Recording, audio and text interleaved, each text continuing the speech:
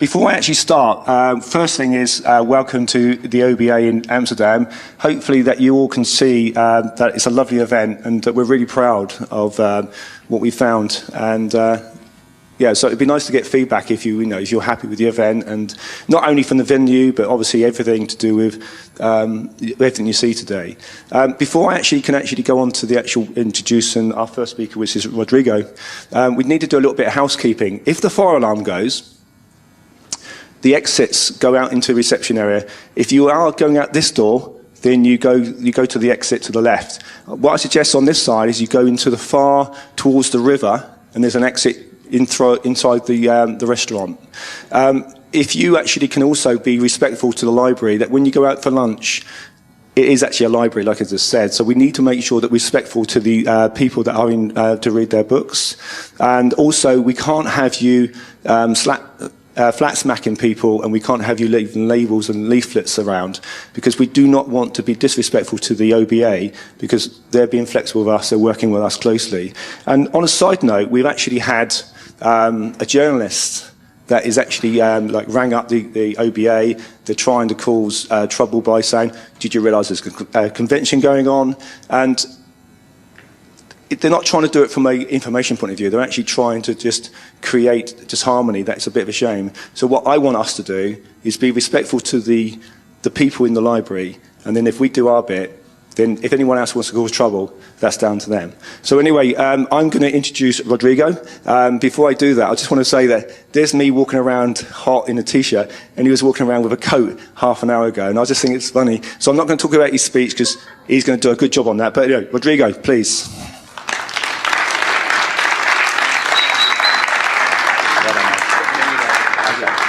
Hello, everybody.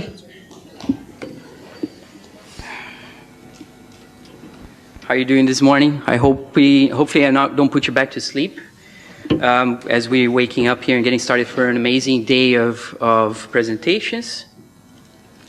And I'm really looking forward to listening to some of these people speak, because they were important in my journey into this. And I'm going to tell you a little bit about what I called the burden of non-misrepresentation. What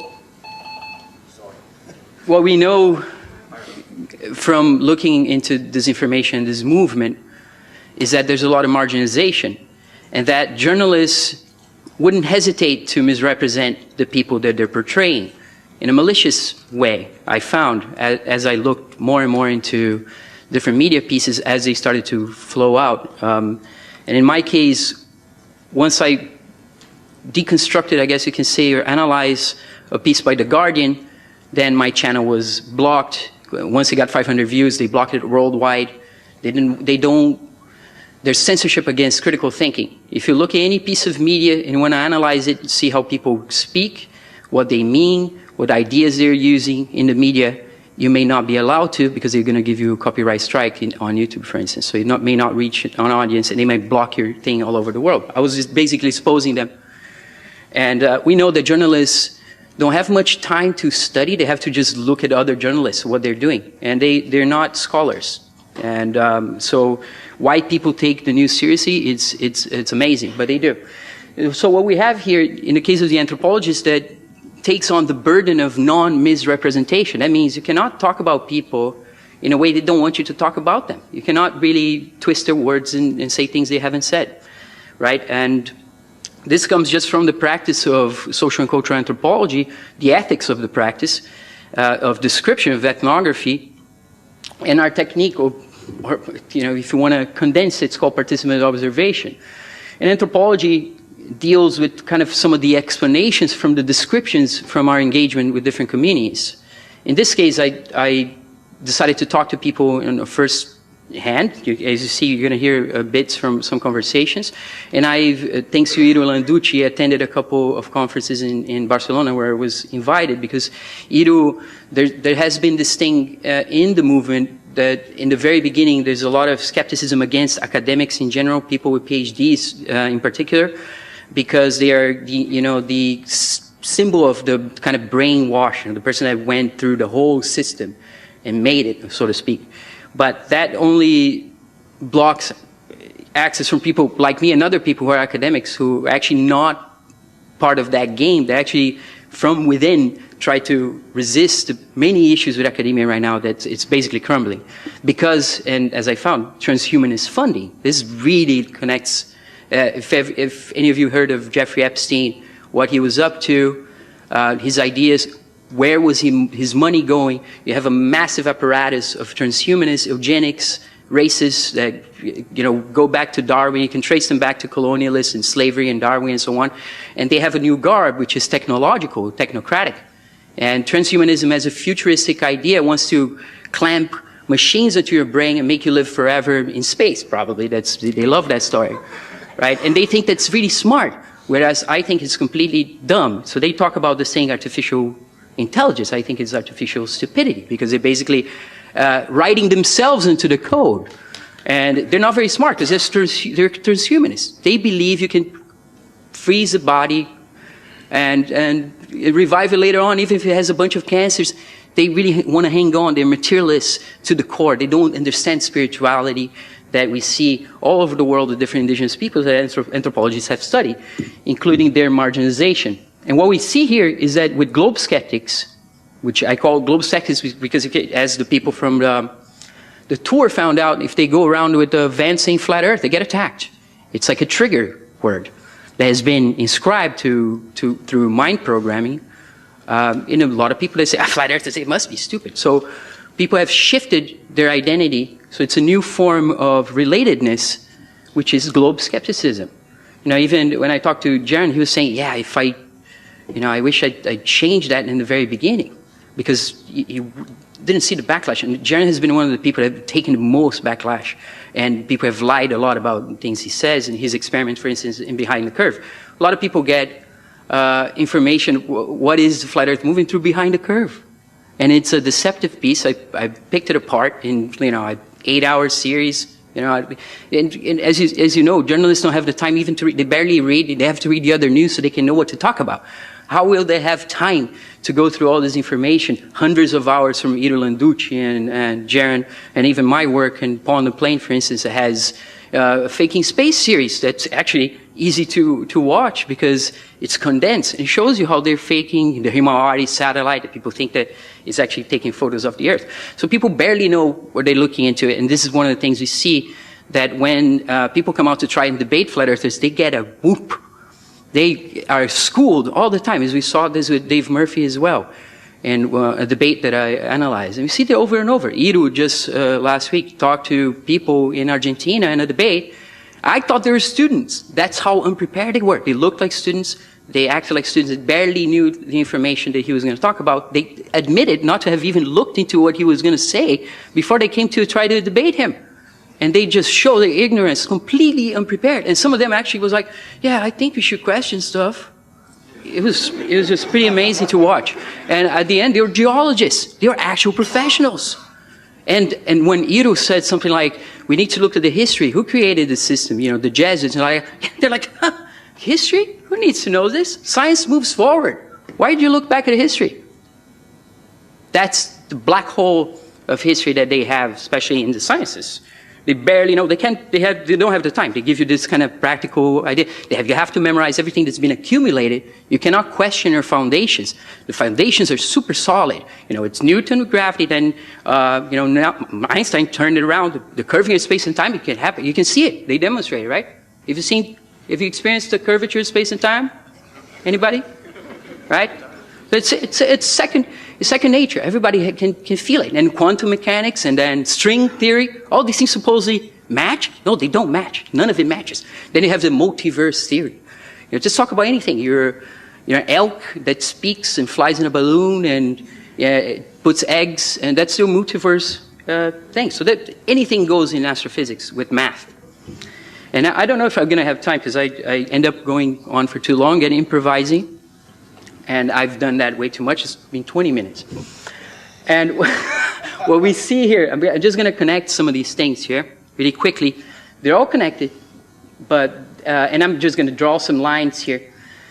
Here, anthropology is very important. This is how it differs from physics and other kinds of things. In physics, you get the little theorem with the math, and you're going to try to apply it, and whatever, you reduce it.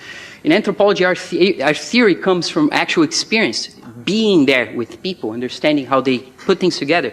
Theories are made up of words and concepts. And very importantly, through the insight of Bourdieu that I'm following, there are these perception categories. Space, for example, the space mythology provides all these perception categories for Globers to think according to that, what we call epistemology. And then, okay, that led me into a participant observation of this group that's questioning unquestionables. There's these foundational unquestionables can never be questioned. And I just gave you a cursive kind of, Newton and Einstein, it doesn't match. All these things, they don't match.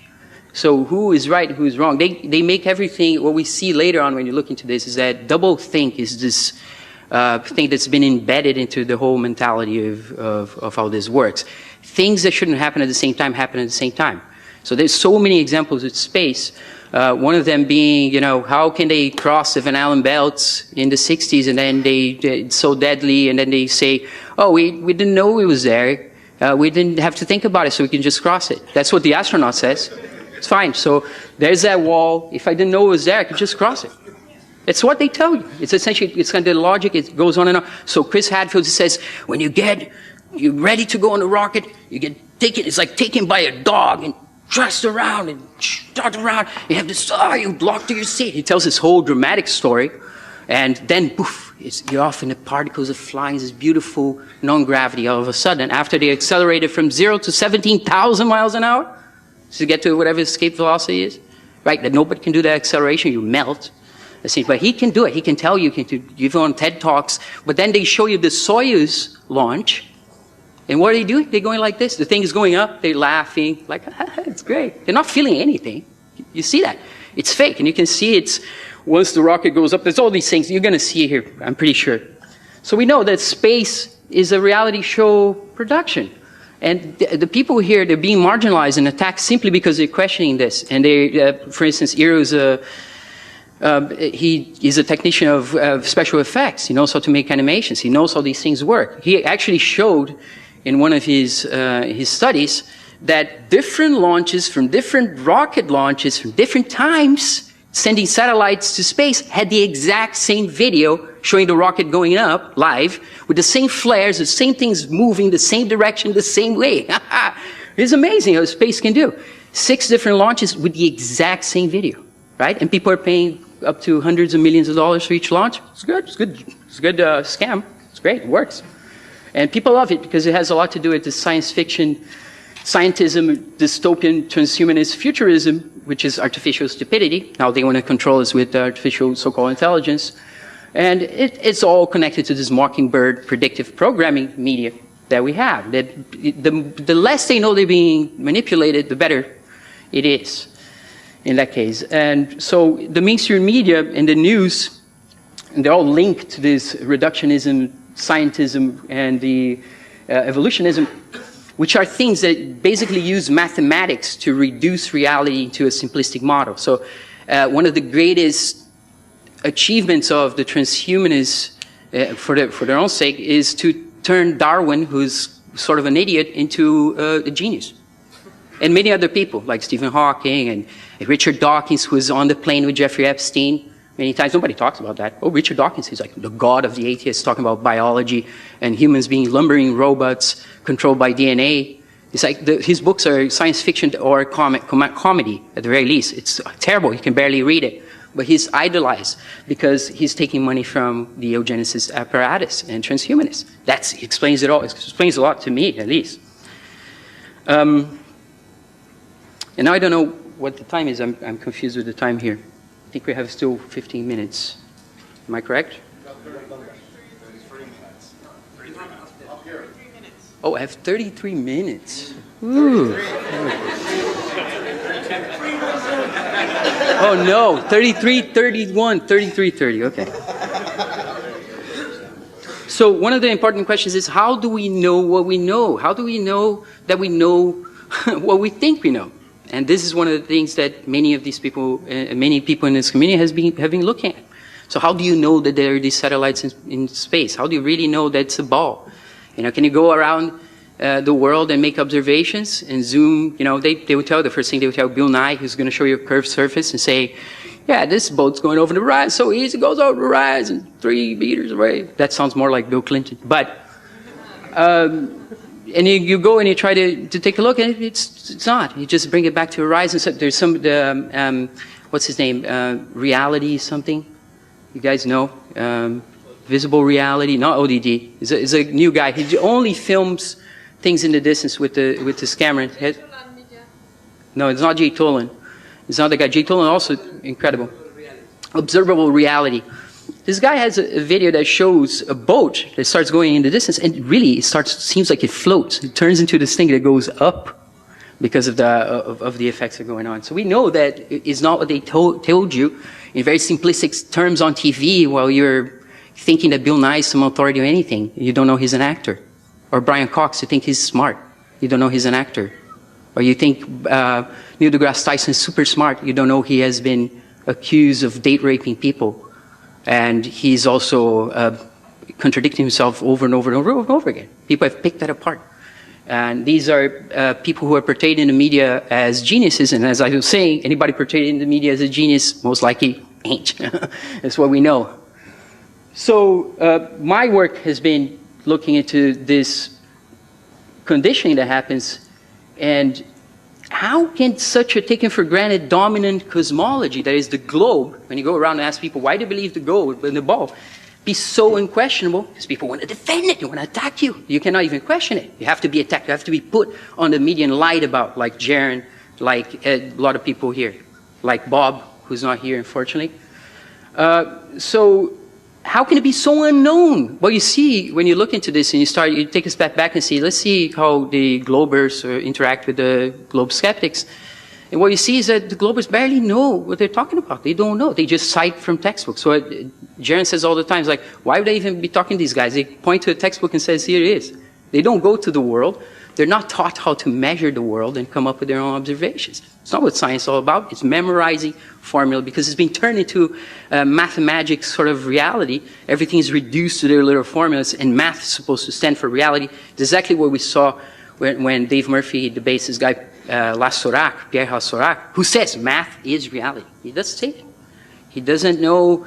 And you talk about density. Dave makes dozens of points, talks about density, how you can observe density, magnetism, and so on. The guy barely knows how to speak. He couldn't even put sentences together. Something I saw when I was in Shetland as well recently, and somebody tried to challenge me who had a science degree. And I'm a PhD in anthropology, by the way, so I'd been through the training and took even astronomy. And when I started showing some issues, the person couldn't articulate sentences. And then what she did is she went into the other room, pulled the David Bowie vinyl that has a Space Oddity song, and then she had to dance to that at least 2 or 3 times to kind of feel space come back. Space come back. So we know that, scientism is this kind of faith and fiction kind of type of storytelling. And here's, this is important. I hope the sound is good. And what we're trying to do here is that we need to move forward from this. People have proven that there's no curve. Right? There's so many other things to do, and we need to explain to a lot of people how this works. How is it that they're being fooled? They don't really want to look into it. Some people don't care. Some people say it doesn't matter either way. After you show them that there's so many problems with the globe, they'll say, I don't care. I have so many issues I have to deal with life. And that's reasonable. But the people who know, I think we need to come together and start doing the hard work, which is pulling off the threads of transhuman eugenics, this apparatus, this parasitical apparatus from academia, figure out all its tentacles, how it spreads, because we know that they're basically rapists. At the very least, if you're gonna use an euphemism for what they're doing, what they do is way more nefarious, right? So what I'd like to show you here is a set of 3 things that people said, Jaron, Paul on the Plane, and Iro, that give you perhaps idea of how we can move forward. What is it that's missing? What is it that we need to teach? What is it that we need to understand so we can tell the people in the world in the future or now that you have to prove things by going into the world and showing them. You can't just go by theories. Theories have to be confirmed through observations, and that you should question them, but everyone, to make sure where they are, where they live, they need to go out and try to make some observations, right? Because the ball does have a geometry. A lot of people try to avoid this, and then they come out and say that the reason, this is one of the other things, how doublethink works. Like, they tell you that the reason you cannot find a curvature and you see too far is that the light is bending with gravity around the ball and making everything look flat. Yeah, that's come out. They have to come up with new stuff. And then a scientist contacted me and said, look at the history of refraction. Here are the textbooks on refraction. What's happening is that the light's bending the other way for most of the time. This is 100 years of refraction science that they're looking at, making observations whole day, taking temperature and pressure, humidity in the air, and looking how it changes. The light doesn't bend down almost ever.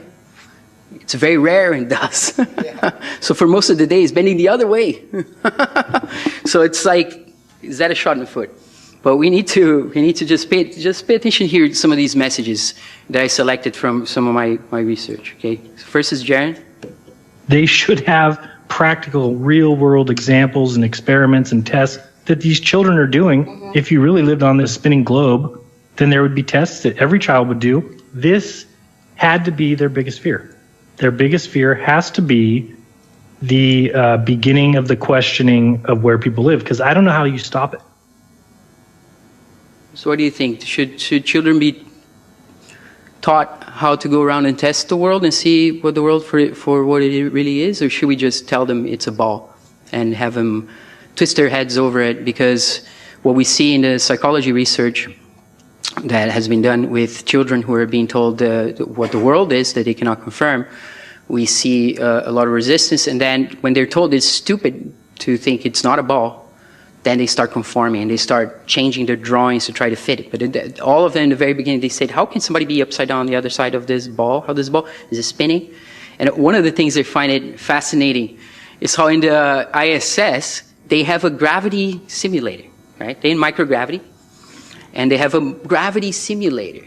How does that gravity simulator work?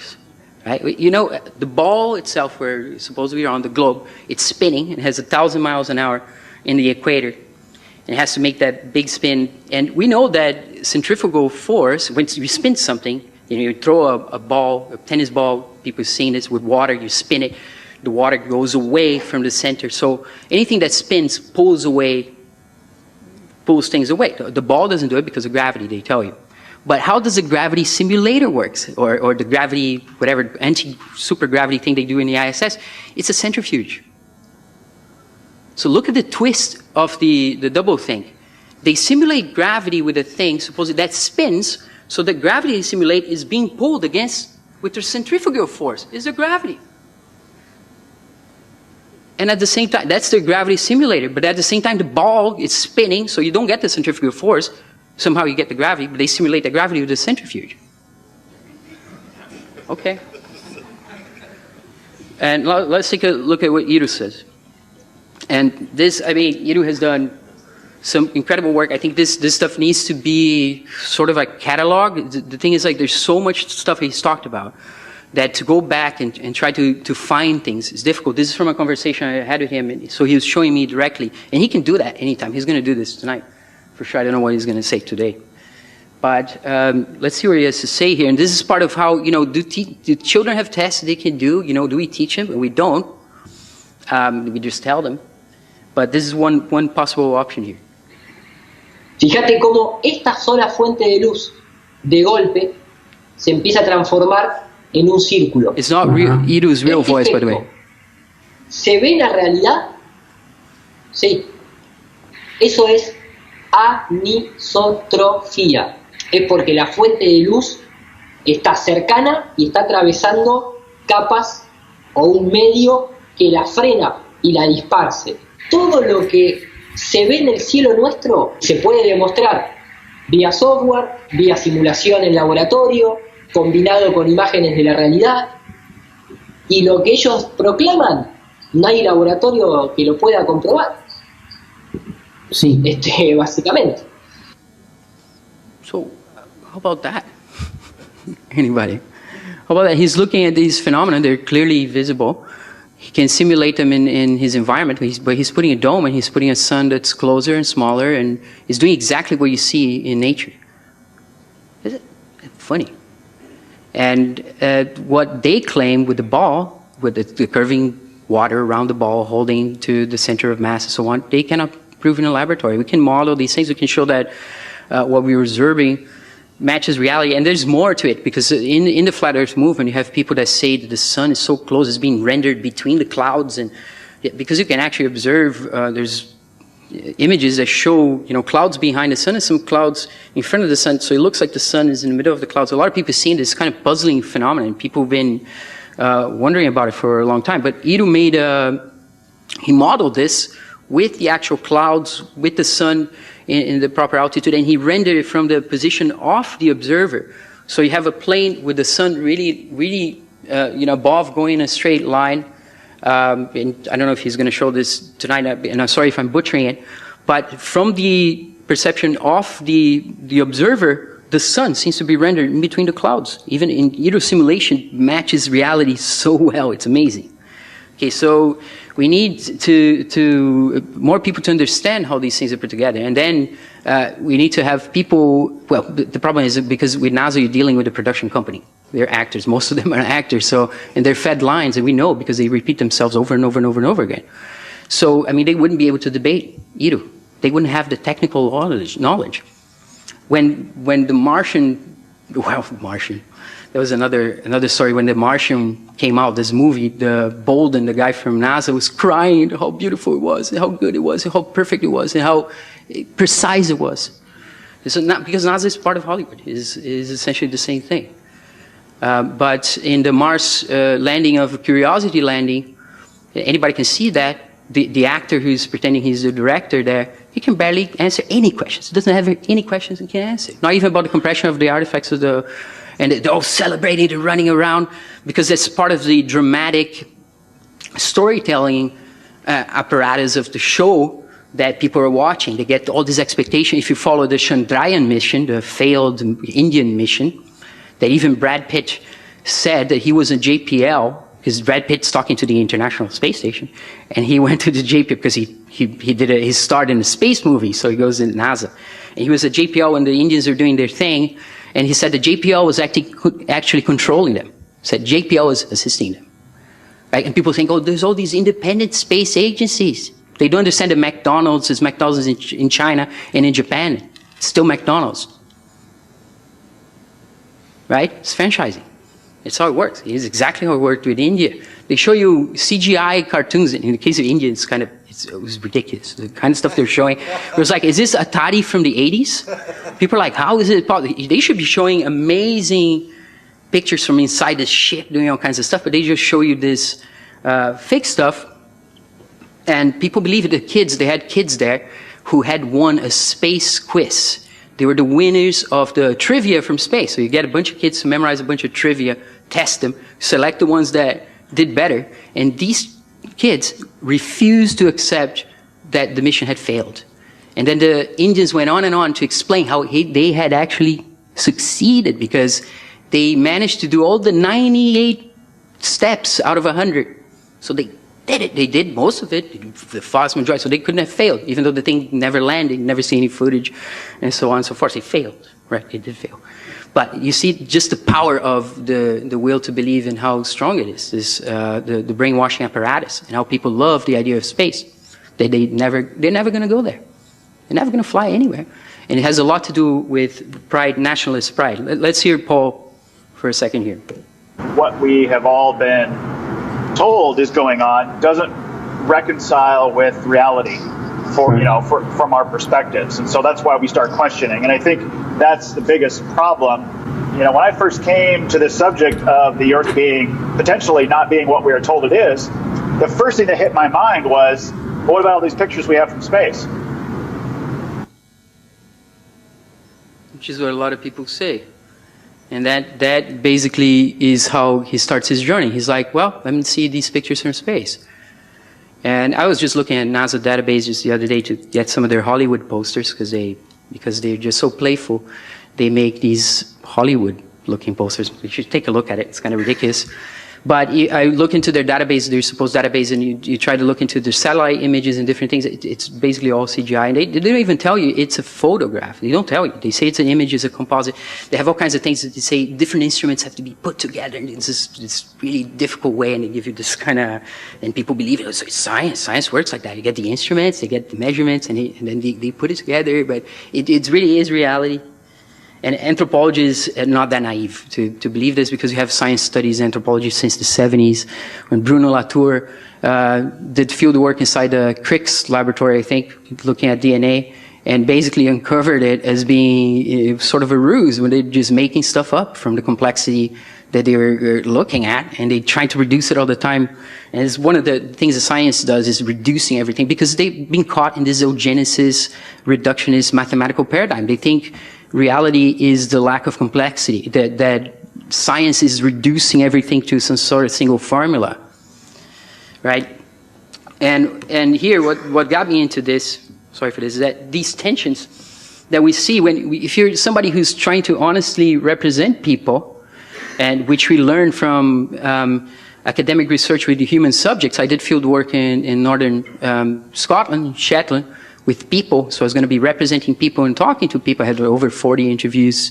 I lived there for 2 years in the community, and I couldn't just go there as a university student without this control, making sure I say, you know what I'm going to do with this. You got to see what I'm going to do with this. You can have the final word if you don't like what I say. I'm not going to portray you in a way you don't want to be portrayed.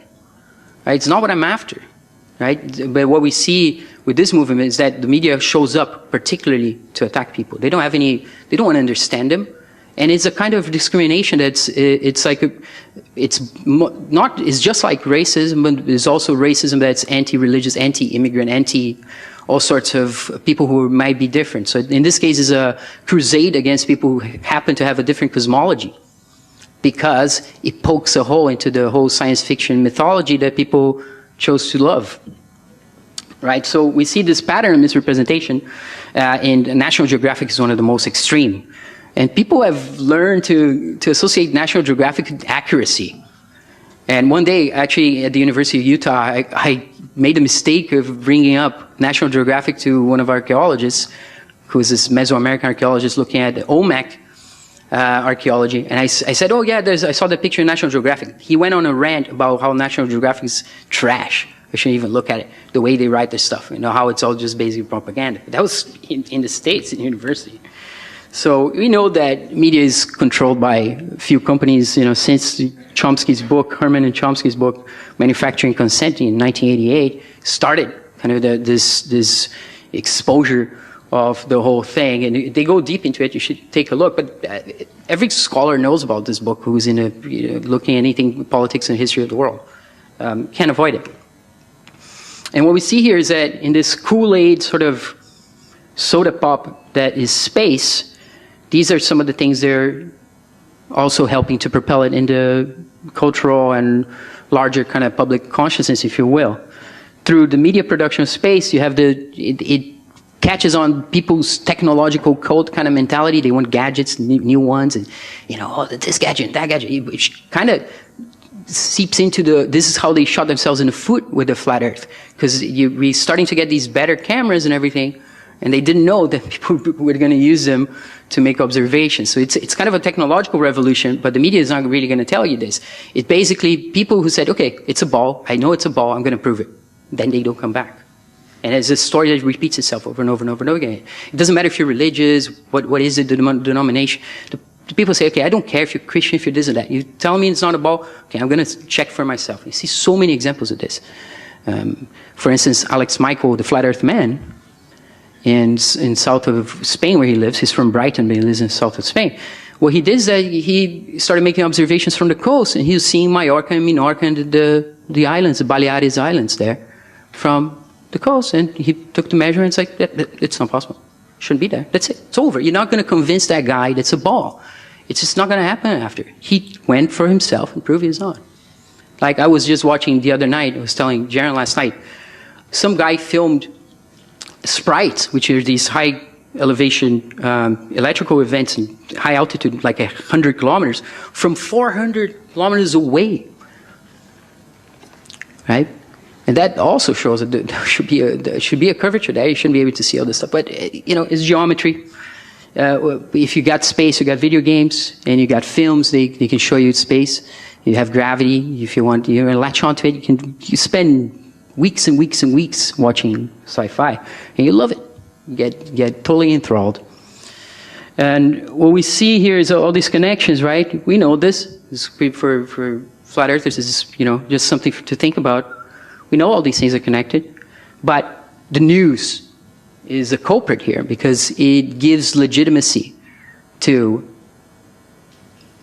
what is being invented in the realm of video games and space and NASA. So by coming out in the news with a lot of authority, say the scientists are doing this and that, and we know that they are also misrepresenting science. Sometimes there's so many problems with communication because journalism is not fact-making. There's people writing something. And these are people that have biases, that have connections, that have jobs. It cannot be understood as no anthropologist, no first-year anthropologist is ever going to take the media for granted for what they're saying without considering that they work somewhere and somebody's paying the bills, there's advertisers. Everybody talks about this. Pierre Bourdieu talked about this on his book On Television. I was just reading a couple of days ago online. So it's just common knowledge. That's why I'm not afraid to talk about it as an anthropologist. I don't think that people can't even say anything about it. It makes perfect sense to be looking into these tensions between cosmologies, of course. And what we see now, what has been exposed, like I said, through Jeffrey Epstein, is the eugenics transhumanist apparatus and how they're buying people using children for sex and selling them. Okay? And these are people who are buying all these scholars in Harvard, like Steven Pinker is one of these celebrated genius, so-called imbeciles, in my opinion. So you get a lot of these guys, right? They write these big books and they select from, and this is kind of how it works. People don't deconstruct textbooks. It's something I've been doing for 15 years more. Like science textbooks, they're put together by somebody who wants you to have certain kinds of facts. Obviously, they're filtering some other things out. And for the scholars, the people that write these big books, so-called, what I call kind of big books, is for different reasons, because biblion, megon, kakon. It's like a Greek saying a big book is a big piece of crap. It's Kalimachean aesthetics, the idea that you don't need so much to say. You can say something more elegant and in smaller way, in a more condensed way. But what you get is that these guys, they have a simplistic idea. So it's like guns, germs, and steel. Like here in Holland, they teach this in school. It's amazing. Like, no anthropologist takes this seriously. It's trash. Jared Diamond has this book, Guns, Germs, and Steel. It's celebrated. It's got a Pulitzer Prize. You do not find an anthropologist that thinks it's worth anything. But that's pushed everywhere. And the way it's put together is that he has a simplistic little reductionistic formula, and it goes around grabbing examples, it fits them in. Procrustean bed. Procrustes was this character in mythology who was making people fit his bed. He was stretching them to make them fit his bed, doing violence to them to make them fit. It's kind of what you have with this, because it's good money making. You get a publisher to promote that kind of book as some real serious history, and what it is that it supports this dominant eugenicist colonialist apparatus. So the people who do this kind of work of critiquing the stuff that makes up the dominant mainstream cosmology in academia, they're buried in bubbles within academia now, because it's completely taken over by transhumanist funding. Like, we know this. Now, how does NASA do it? Probably we should end with this because we have only 8 minutes. And it's how they program the future for us. And here I'd just like to show you what they say about inspiration. Here I just selected some of the logics that they use, and I kind of brought them to us in this way. They talk about inspiration, so they have to repeat that many times. It's all about America's leadership in space. It's this myth of science, exploration, technology. They say that the Apollo program was a revolution. There was a stunning demonstration that it demonstrates there was a fuel to the fire of the American consciousness, right? And, and they're going to show now in the future, they're going to go to the moon again to show the power of a unified purpose. And of course, they know that Apollo is all about catching the early young generations with this inspiration idea that makes them work and work and work for the country, right? Makes everybody more productive. Janus talked about this as NASA being a jobs program. Makes a lot of sense, right? And they are so good that they want to extend their presence to the farthest corners of the universe. Because they touch every aspect of our lives with anything they do. It's part of the myth. Anything NASA does, they're doing for the best of everybody. And I'm not sure you've seen it. They had Nestle did some research in the ISS to research the perfect cappuccino bubble. Because that's very important. That's in the European Space Agency website in the last month or so. Right? She talks, that's the perfect bubble, she said. It's amazing. And this is what they do. This is NASA. Like they draw on these ideas from the collective, sort of the Jungian, Freudian sort of archetypes. That's why they get involved in baseball and Hollywood. And what we see here is that you even have this pyramidal kind of staircase thing going on. They have kind of a pyramid going on here. And I mean, some people over there would say, you know, that might be the dome. You see that people have represented is they can tell you. Sometimes people say that they can tell you the truth in what they're showing you. Here, of course, they even have these baseball cards for the astronauts because they want to promote them as these icons, as idols, as heroes. That in American world, when you go there, when I got there, all my friends had these collectible cards and rookie cards and stuff, like Michael Jordan rookie card. It's worth a lot of money. It's like, what? It's a card? They're all fascinated, had books and books of this stuff that they collect. So, and they know the statistics. Oh, this guy batted this much average, who cares? Like, what, baseball? Anybody outside the States is trash. Like, who can watch baseball? It's so boring. I mean, if you say that to an American, they go crazy. Many, but some of them were woken up for the sports. Is baseball, who's ever going to take the time to play that? It's actually not that bad. But, okay, 6 minutes to go. We see it here, well, sorry, here, yeah, we took a look at that. So here we see, and then they continue, they give you all these blurbs. This is straight from NASA's website. Why are they doing this? More science. Moon is this treasure chest of science. Yeah? Apollo samples dramatically change the view of the solar system. You know they're taken from Antarctica, right? Anything they find changes dramatically everything. And then they tell you, as they told Iro, this geologist said, she was a teacher. I thought she was a student. I mean, she says, they teach you this today saying it all may completely change tomorrow. So we know science is changing. So that's your solid foundations. Okay, great.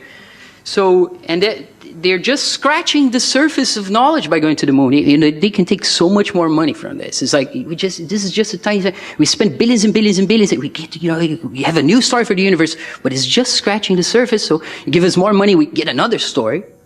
And then they're doing everything for everybody and people are starving. There's lots of people marginalized in poverty right now all around the world, but they're taking millions of dollars every day to present this story. And so the moon poles hold water, ice, and this is the one that's crazy here. If you look there, if you can see it, it says ice represents power, power represents fuel, and fuel equals science. No, you can't make that up. It's just kind of like, you know, it's written by marketeers and production company, but ice represents power on the moon that they think it's there, and it's tons, it's millions of tons they're going to access. It's power, it's fuel, it's science.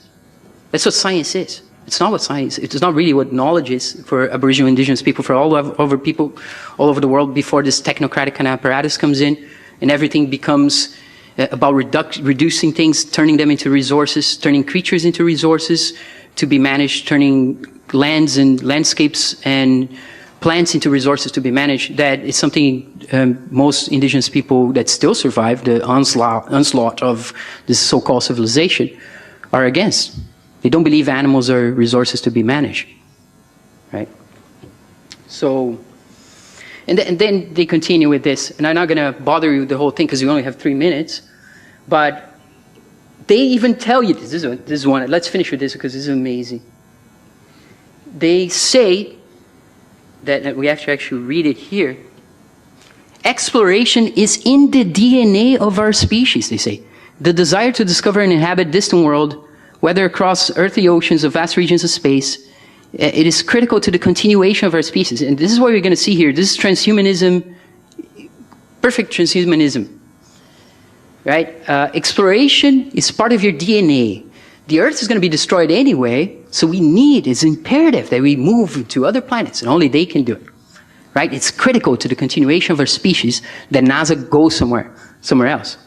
And so we can have, they say, humanity must build a path to Earth-independent existence. It makes you wonder if they care so much about the Earth, right? They already given up on it. It's going to be destroyed, right? It's like that young, the teenagers show up on the UN and was crying, you know, we're heading to an extinction event. Everybody's going to, but it's inevitable extinction, but we're going to do something. It's okay, it's inevitable extinction. Let's all just die together, right? But they are telling us this, that they need to be doing this. They need to be going to, and they claim, of course, that their missions to the moon is sustainable. What's sustainable? They're from 1969 to 72, and then never again. And we look at their tent that they say is flying there, right? So what is sustainable about that? And now they say they destroy. Of course, if people looked into this, they found Don Pettit saying they destroyed the technology from the 60s, and it's a painful process to build it back up. So they have an actor actually saying this, and who sounds kind of like has some problems, cognitive issues, but he's supposedly a genius. It's part of the inversion that we see going back all the way to Darwin, to Kepler, for instance, whose Latin is so terrible, it's barely readable. And people think it's an amazing science fiction story he wrote, this dream, it's called Somnium. And the Latin is this, for somebody like me who knows ancient Latin and poetry from the ancients, you compare to the stuff from the 17th century, the supposed geniuses are like, it's like, oh my goodness, what an idiot. But, I mean, there's nothing you can do about that, because if you read Cicero and Ovid and you look back, you look at these guys like, these guys are supposed to be smart. Okay. So here, yeah, of course, you give them, they have all these things. Oh, this is what they do. It's one of the things Jaron was talking about this the other day. This is an actual NASA expedition here. ISS, they drawing on Star Trek. There they have a Beatles cover. They're doing these posters all the time to promote themselves. And I'm here, let's just finish with what they show you for reality. They want you to believe this is real, and this is where you get a little test to go. We have 30 seconds. Let's take a look at this wonder of science technology, lifting off from the moon surface, and how its panels, the integrity, the engineering integrity of this amazing piece of technology is guaranteed here. Let's take a look. That's the first one. Is the panels flap? Oh, are those panels flapping? Oh, that looks real. Oh, look at that. Oh, what's that? What's that thing that has a kind of prismatic thing? It looks like strings in different directions. I don't know. It's not. That's how it is on the moon. It's like just like that. And look at that panel. When the lunar lander is taking off, look at that panel. That's how it's supposed to work. It's how it's supposed to work. It flaps in the wind of the moon. The moon vacuous moon wind. Is what we're seeing here. It's amazing, it's so real. And of course, from the Earth with the remote control, if you wonder about that, they're pressing a button at NASA and making sure they do it in the right time so that they can follow this ship going up. Look at that. And you can show it many times. I showed this for people who believe the moon landings, which is amazing, and they were they didn't know what they were looking at. So yeah, are those panels flapping? So I'll leave you with that because the time is up. And thank you very much, and I hope you enjoy the many presentations that we have from great people that I've admired over the years and got to learn and want to know more about. So thank you very much.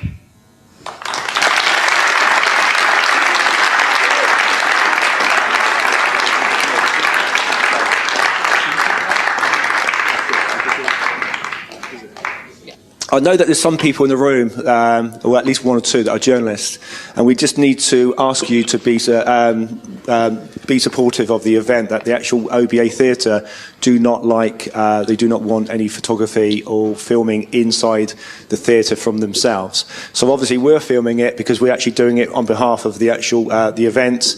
But if you're a journalist, we ask you to have respect. If anyone does an interview with the journalist and they are filming you, we would ask you to go outside of the building and hopefully not have the OBA in the background. The reason for it is that obviously the OBA and probably being associated with Flat Earth is something they don't want to do. So we want to be supportive of the event because we want to, possibly we may use it again, and we want the whole day to go without any hitch. I just want to mention about Paul. He's actually come over for a month. He's actually got family in Ireland, and when we actually asked him if he would like to speak at this convention, he was also talking to Robin about the UK. And we were trying to see if we could do this event 1 week after the other event because we thought it'd be good for certain speakers coming over from the pond, the other side of the pond, that they could piggyback quite easily. What it doesn't help is obviously there's people like yourselves that are going to try and go to 2 events. So what I'd like to do is that some of you in the UK and some of you here, well, all of you that are here today, I'd like to say a personal thank you to support the event because the event isn't to do with always to do with the presentations. It's actually to do with the actual getting us together. I mean, we had a couple of days in the campsite and we're having people that met for the first time. I mean, it's just amazing for me that when people are online, are keyboard warriors, all they want to do is talk about oh, what's the point of a convention? We don't gain anything more. There's nothing new to learn. One, that's rubbish. I mean, Rodrigo just done a fantastic presentation, as you all hopefully agree. And you owe me €10 for that. But basically, the convention is so much more. And like Karen here is putting on Flattoberfest, is it? Say it. Flattoberfest. So that's happening in a couple of weeks in America. We've obviously got Dallas happening in a couple of weeks, a couple of months after that, or 2 months from now. And these events there's a huge amount of work that you can probably imagine that goes into these, and the stress levels and the financial costs. And that's why we really want us to say thank you to you, really, for being here, because it really makes it worthwhile. Are you ready, Paul? I think so. Okay, I'm now going to hand over to Paul. If you can please give him a round of applause. Thank you.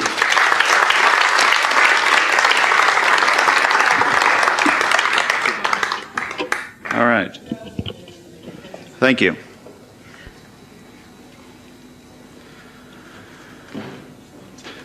All right.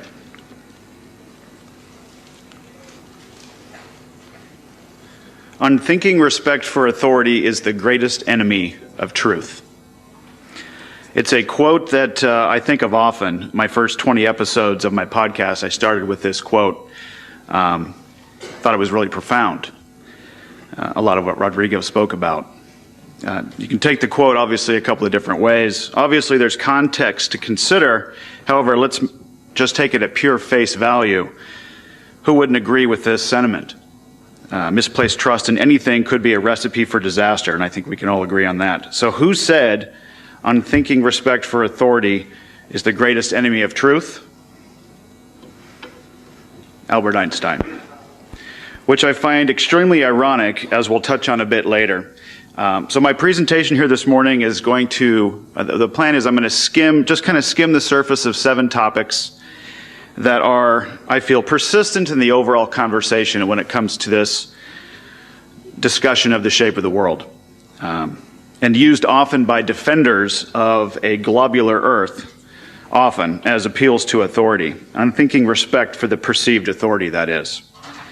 So this is not meant to be an exhaustive analysis on each topic whatsoever, but simply to give you a taste of what many on the globular Earth side of the conversation attempt to use as so-called proofs of a globular Earth, and why I think those arguments don't hold water.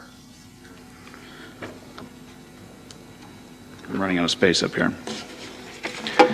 So this presentation, again, not intended to be evidence for and certainly not proof of the flat Earth, but more of a high-level analysis of alleged globe Earth proofs.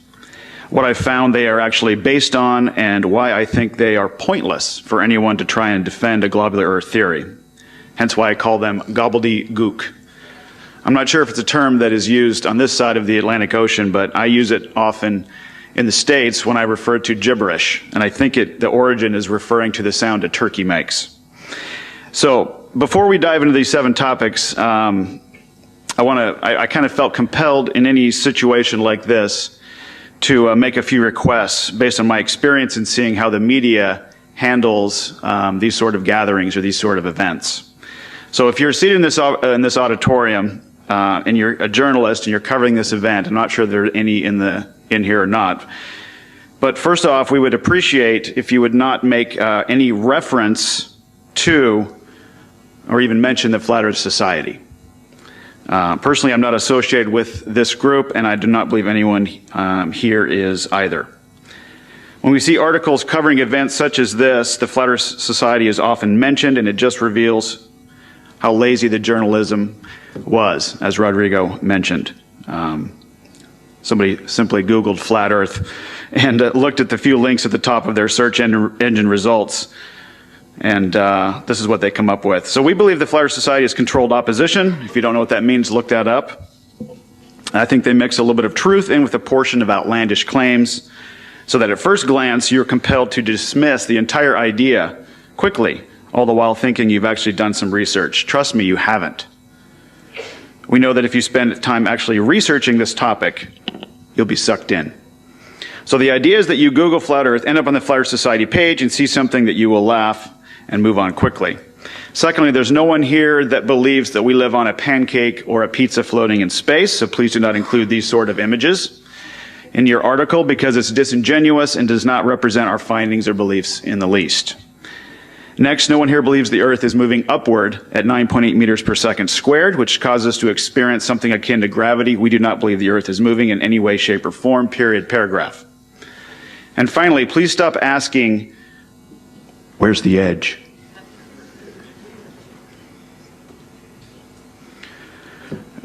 We believe the world's oceans are surrounded by Antarctica, which is like the shoreline of a lake. So when I get that question, I usually respond, can you fall off a lake?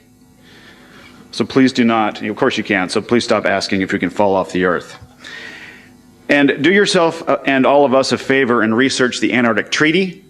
You'll begin to understand why we all aren't piling in a boat this weekend and heading to Antarctica to see what lies beyond. We aren't able to travel independently below the 60th parallel and must not only have our own government's permission, but all of the permission of the governments that have land claims in Antarctica.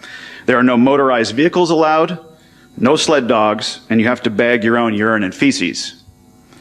The Antarctic Treaty alone should cause you to question the motives of the world's governments if you dare to look into it. And one final point, while I'm on the subject of Antarctica, no, we are not planning a cruise there next year. If you Google Flat Earth Cruise, you still come up with hundreds of headlines making that claim, and that was never the plan. One media outlet got it flat out wrong, and hundreds of other media outlets simply copied that story and didn't practice any due diligence and just ran with it. All that being said, if you are a journalist attending this convention, first of all, thank you for being here. We hope you represent the organizers, the speakers, and attendees respectfully, and most importantly, we hope you represent them accurately. My rant is over. All right, let's get going. As I mentioned previously, going to touch on 7 topics that are persistent in the flat Earth versus globe Earth conversation used by defenders of the globular Earth with unthinking respect for authority. And here they are. Number 1, the Earth is a pear. Number 2, radius, or R, of the Earth. Distance to the Sun, the shrinking Sun, Coriolis effect, gravity, and gas pressure. All right, number 1. When it comes to the shape of our world, the idea that the Earth is not being a perfect sphere comes up often. Officially, we are told the Earth is an oblate spheroid, meaning it is a bit wider than it is taller, somewhere between 13 and 20 miles wider than it is taller, in fact. Therefore, difficult to tell by distant observation of the Earth's oblateness. Satellites, we're told, have to be about 22,000 miles away in order to see the entire disk at one time. Then we're faced with claims such as this meme, which suggests that if you take the highest resolution pictures that we get of the Earth, 121 megapixel files, 40 megabytes, from the Japanese weather satellite, the Himawari, and measure down to the individual pixel count and compare the width and height of the Earth, that it measures wider than it is taller, supporting the notion that the Earth is not a perfect sphere, but an oblate spheroid. There are 121 million pixels in these images.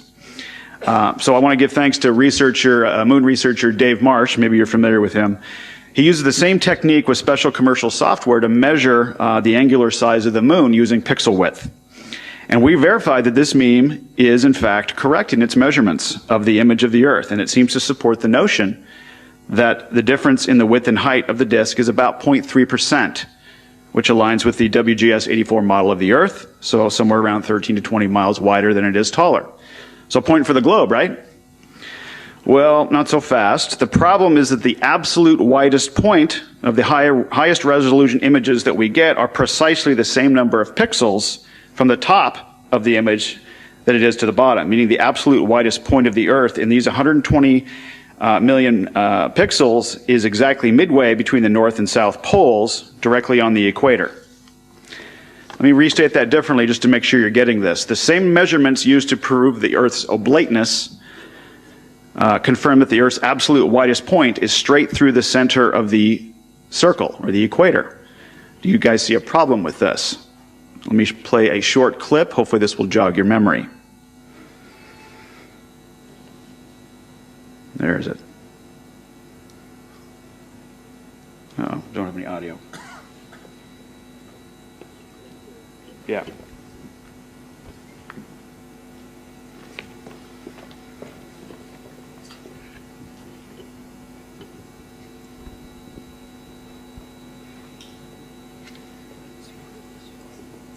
Yeah. Yeah, I'm at 100% volume.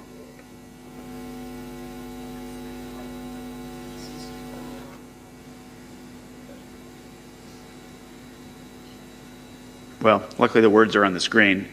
I've got a couple other videos, so it's going to be important that we get the audio going for this. So this is Neil deGrasse Tyson talking about how the Earth is actually wider below the equator than it is above. That's what he states. And that's where he comes up with his pear-shapedness, is what he calls it. Okay?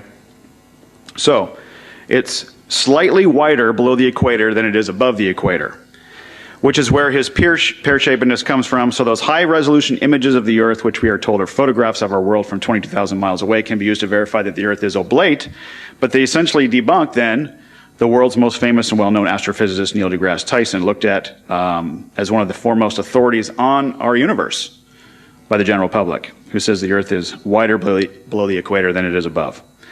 So let's talk about the world-renowned astrophysicist for a moment. To be fair, Neil is also known for his award-winning acting. Here's a list of his accomplishments from the Internet Movie Database. Did you know he's been nominated for Emmys and Grammys? And even was a Critics' Choice Television Award winner. We'll be picking on Neil quite a bit more this morning, so stay tuned for that. On a side note, regarding the Himawari images, they aren't really photographs anyway. As I've demonstrated previously in my Faking Space video series, in case you've not seen it, fakingspace.net, they are available free to stream or download directly from the website. What we found is that the weather patterns we see in the Himawari images are from combined local Doppler and local Doppler radar feeds and over land, and climate simulation weather patterns over the ocean. And software is used to wrap it around the Blue Marble Dataset 2.0 from NASA illustrator Robert Simon back in 2002. So it states right on the FTP file server, the Himawari images, that the underlying land in the images is from the Blue Marble dataset from 2002. Further, anyone can do a quick forensic analysis of any of the images that were given every 10 minutes from the Himawari and see that they contain no noise and no ambient light, which absolutely must be present if these are real photographs. And then finally, speaking of Dave Marsh again, I wanted to mention this, if you haven't had a chance to see what he presented in the at the UK conference 2 weeks ago, which I thought was fascinating. He's calculating the angular size of the moon using the same software that he did for the Himawari for me. And he's done this nearly a dozen times now. And these are a handful of the photos that he's captured with his Nikon P1000, all consistently capturing the moon with a 2,000 millimeter focal length. And what Dave is observing is that over and over again, that the moon always measures smaller on the horizon than it does at its zenith. And as it heads away from the observer, it gets smaller and smaller. This is extremely strong evidence that the moon is smaller and closer than what we've been taught. So great work, Dave. So the world's most recognized astrophysicist, the Himawari, and the mainstream moon narrative all debunked in the same section. We're off to a good start. All right, we're going to move on to the radius, or R, of the Earth. The letter of the day, boys and girls, is the letter R. Maybe remember that from Sesame Street. Whether the Earth is a sphere or an oblate spheroid, it must have curvature. All Earth curve calculators used to indicate the hidden height of an object below the Earth's alleged curvature at given distances based on the observer's height, obviously, and the elevation of the object that's being observed. All require one essential piece of data in order to calculate the final result using geometry, and that is the radius of the Earth, or the R value. The R value is from the assumed center point of the globe, a location that no one has been to or can get to, it appears. The deepest hole ever dug into the Earth was approximately 8 miles. And that's about 3,950 miles short of where the alleged center of the Earth is. So the radius of the Earth has never been verified. Further, as we just established quite thoroughly, we're told the Earth isn't a perfect sphere anyway, it's oblate. This is a key point to understand, because if that were true, then the radius of the Earth would be unique for each observer and unique to the object that is being observed. There would not be one firm value of R for every observation. If the Earth is oblate, then there is no single value of R, therefore no set curvature, and otherwise an arbitrary or useless number. Now this becomes a big problem when you need an R value for things like Earth curve calculators. The most notorious, if you're not aware, most of you probably are, is the curve calculator created by Mick West on his metabunk.org website, which is favorited by proponents of a globular Earth. Last year, Mick West was taken to task by Nathan Oakley and Anthony Riley about this specific issue. I hope we've got the audio sorted here. The R value used in this, in his very popular Earth curve calculator, and the audio that was captured by the YouTube live stream was absolutely priceless. So let's see if we can give it a listen.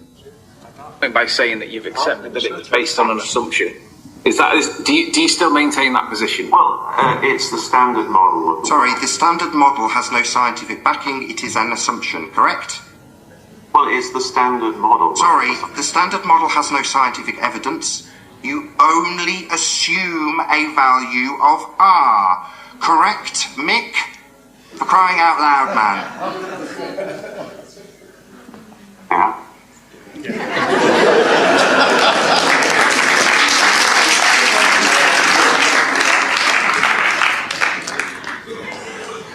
Yeah. So I wish they had a video, it would have been classic. We just got the audio, but it was classic. So yeah, he admits it. The radius of Earth is only an assumption. And make sure we're on the right slide. Over the years, there have been many different assumptive values for the size of the Earth, varying country by country, all with different assumptions of R. And if one models R value, let's say, is 1,500 meters, even 1,500 meters more than the other, this would put the observer height, higher or lower, and manipulates the alleged curve between the 2 points. So, if each country's model comes up with a different assumptive value of R, there is no true R, one R value for the globe and the calculations derived from. And R is not only used for curve calculations, but also orbital distances of satellites from ground level. But as we'll see in a bit, it's used for calculating some very important distances within our solar system. But back quickly to Mick West. This is the same guy who called out Neil deGrasse Tyson, in fact, about how high you have to be to see the Earth's curvature. Did you guys see this?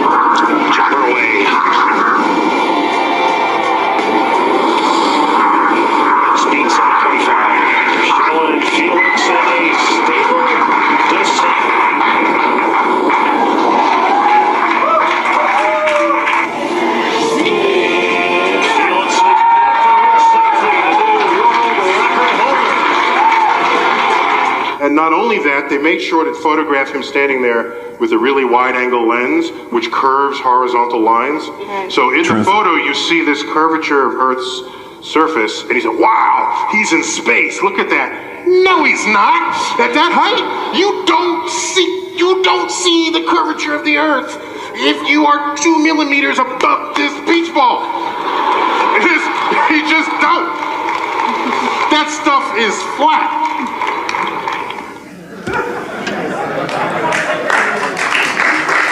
It's some pretty high production value, you know, all that stuff. Like Rodrigo was talking about, I mean, this is the world's a stage, and this is, you know, high, you know, the emotion that you get from watching him jump, you know, I mean, it's powerful stuff. But then you go on metabug.org, you know, Mick West's website, and he calls out Neil and says, you know, we can observe curvature as low as 45,000 feet. So he flat out says the world's leading, you know, astrophysicist is flat out wrong. You know, I mean, I find the double speak here, you know, nothing reconciles. You know, if this were all true, it would all reconcile. But, you know, obviously we got to mention that there are many videos online, I'm sure many people have seen that, of high altitude balloon footage in excess of, you know, way above 100,000 feet, showing no curves, as long as you're using a rectilinear lens, which produces little to no barrel distortion, or the so-called fish-eye effect. So I have to say, Neil, we're probably with you on this one. Unthinking respect for authority, again, is the greatest enemy of truth. So let's move on to number 3. The distance to the sun. And we had a little bit of a delay, so I'm running late here. For those of you who heard my story, I started my truth journey investigating the images of the Earth from space, which led me to the production of my Fake in Space video series, where I offer a forensic analysis of the images and show the anomalies, the lack of continuity, again, lack of reconciliation, chicanery, in other words, of the World Space Agencies trying to pass off CGI as real photographs. But after going down that rabbit hole, so to speak, I dived more into space topics such as the distance to the stars, how that's derived, other planets, and our sun. And what I found was, when it came to these most important topics, essential to modeling our world, our solar system, the galaxy, you know, the universe, etc., it was all assumptive based. So the bottom line for me was, you know, so-called scientists who, you know, worked out how this all works appear to use a logical fallacy called circular reasoning. And that's how they make all the math to work out. When the math works out, then it must be true, right? I mean, that's what we're told.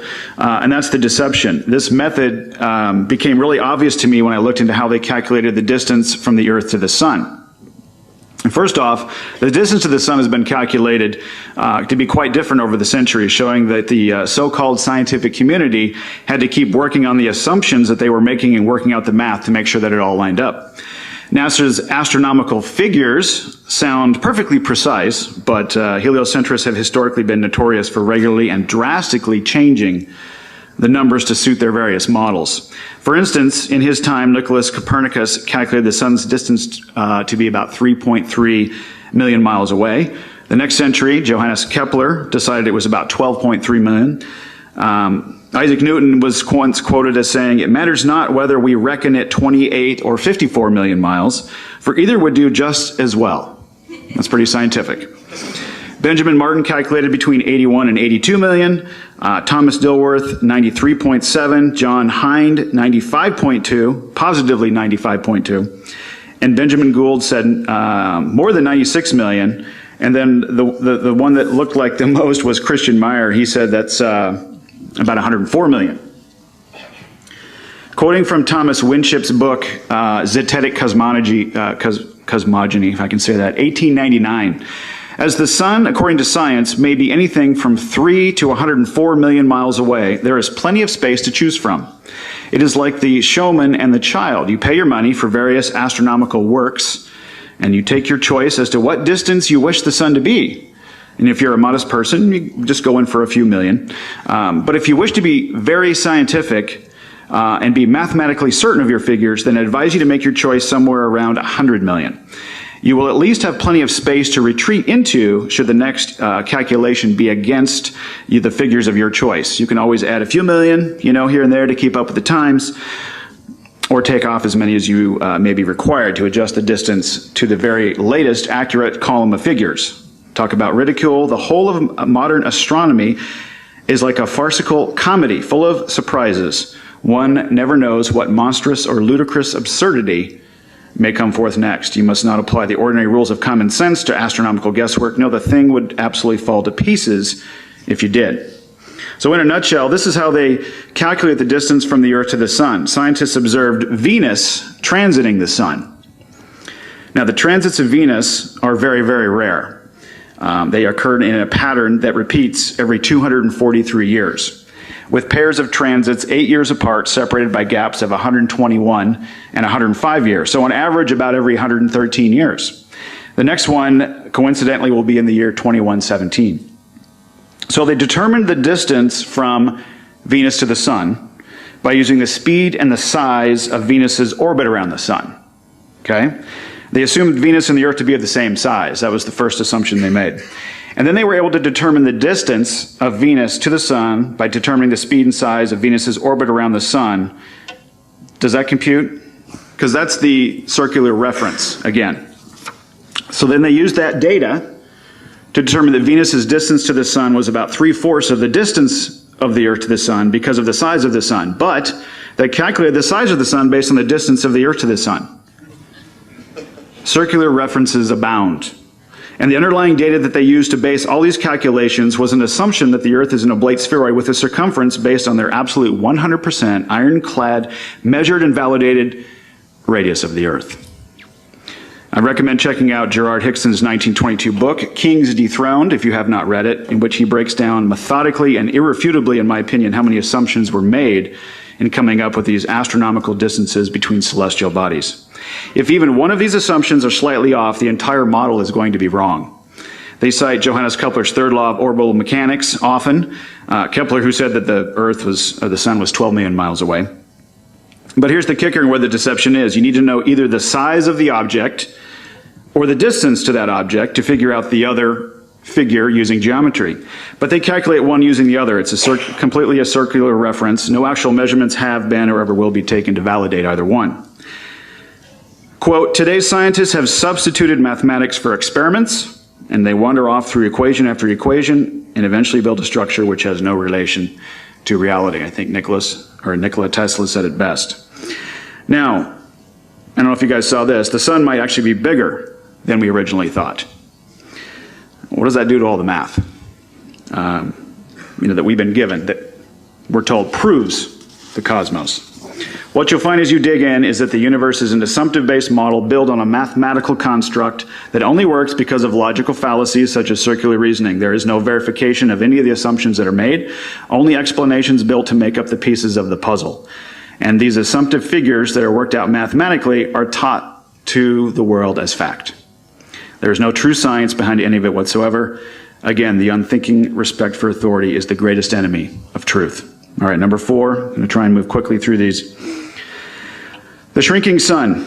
The staunch defenders of the globe think they are having a field day with those of us that do not accept the claim that our sun is 93 million miles away, because they state that we don't see the sun change in angular size over the course of the day, and therefore it cannot be small and close. It must be huge and far away.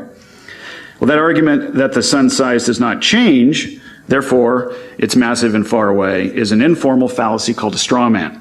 It is based on an assumption that the sun is a physical object with an actual and verifiable position, which obviously we just covered in point number 3. The globe defender belief is that the sun is 93 million miles away. Light travels 186,000 miles per second. Therefore, the light we are receiving from the sun originated from the sun 8 minutes ago. We're not seeing the actual sun in the sky. We're seeing an apparent sun. This is also the argument they use to explain sunsets, that the apparent sun is seen by us as setting, but the real sun is already below the horizon due to the distance of the sun and because of atmospheric refraction. So if we follow the logic, we're seeing an apparent, not actual sun, location of the sun. We can only measure the angular size of the sun from our location here on Earth. And that angular size would only be apparent, again, not actual, to the individual observer at their own unique location, and the horizon is also an apparent, not actual location too. So I think it bears repeating that the horizon is not an actual it's not an actual location. It's an apparent location where the sky meets and touches the land or water. So the horizon is different to each observer. The height of the observer and weather conditions obviously vary, and we have an apparent horizon.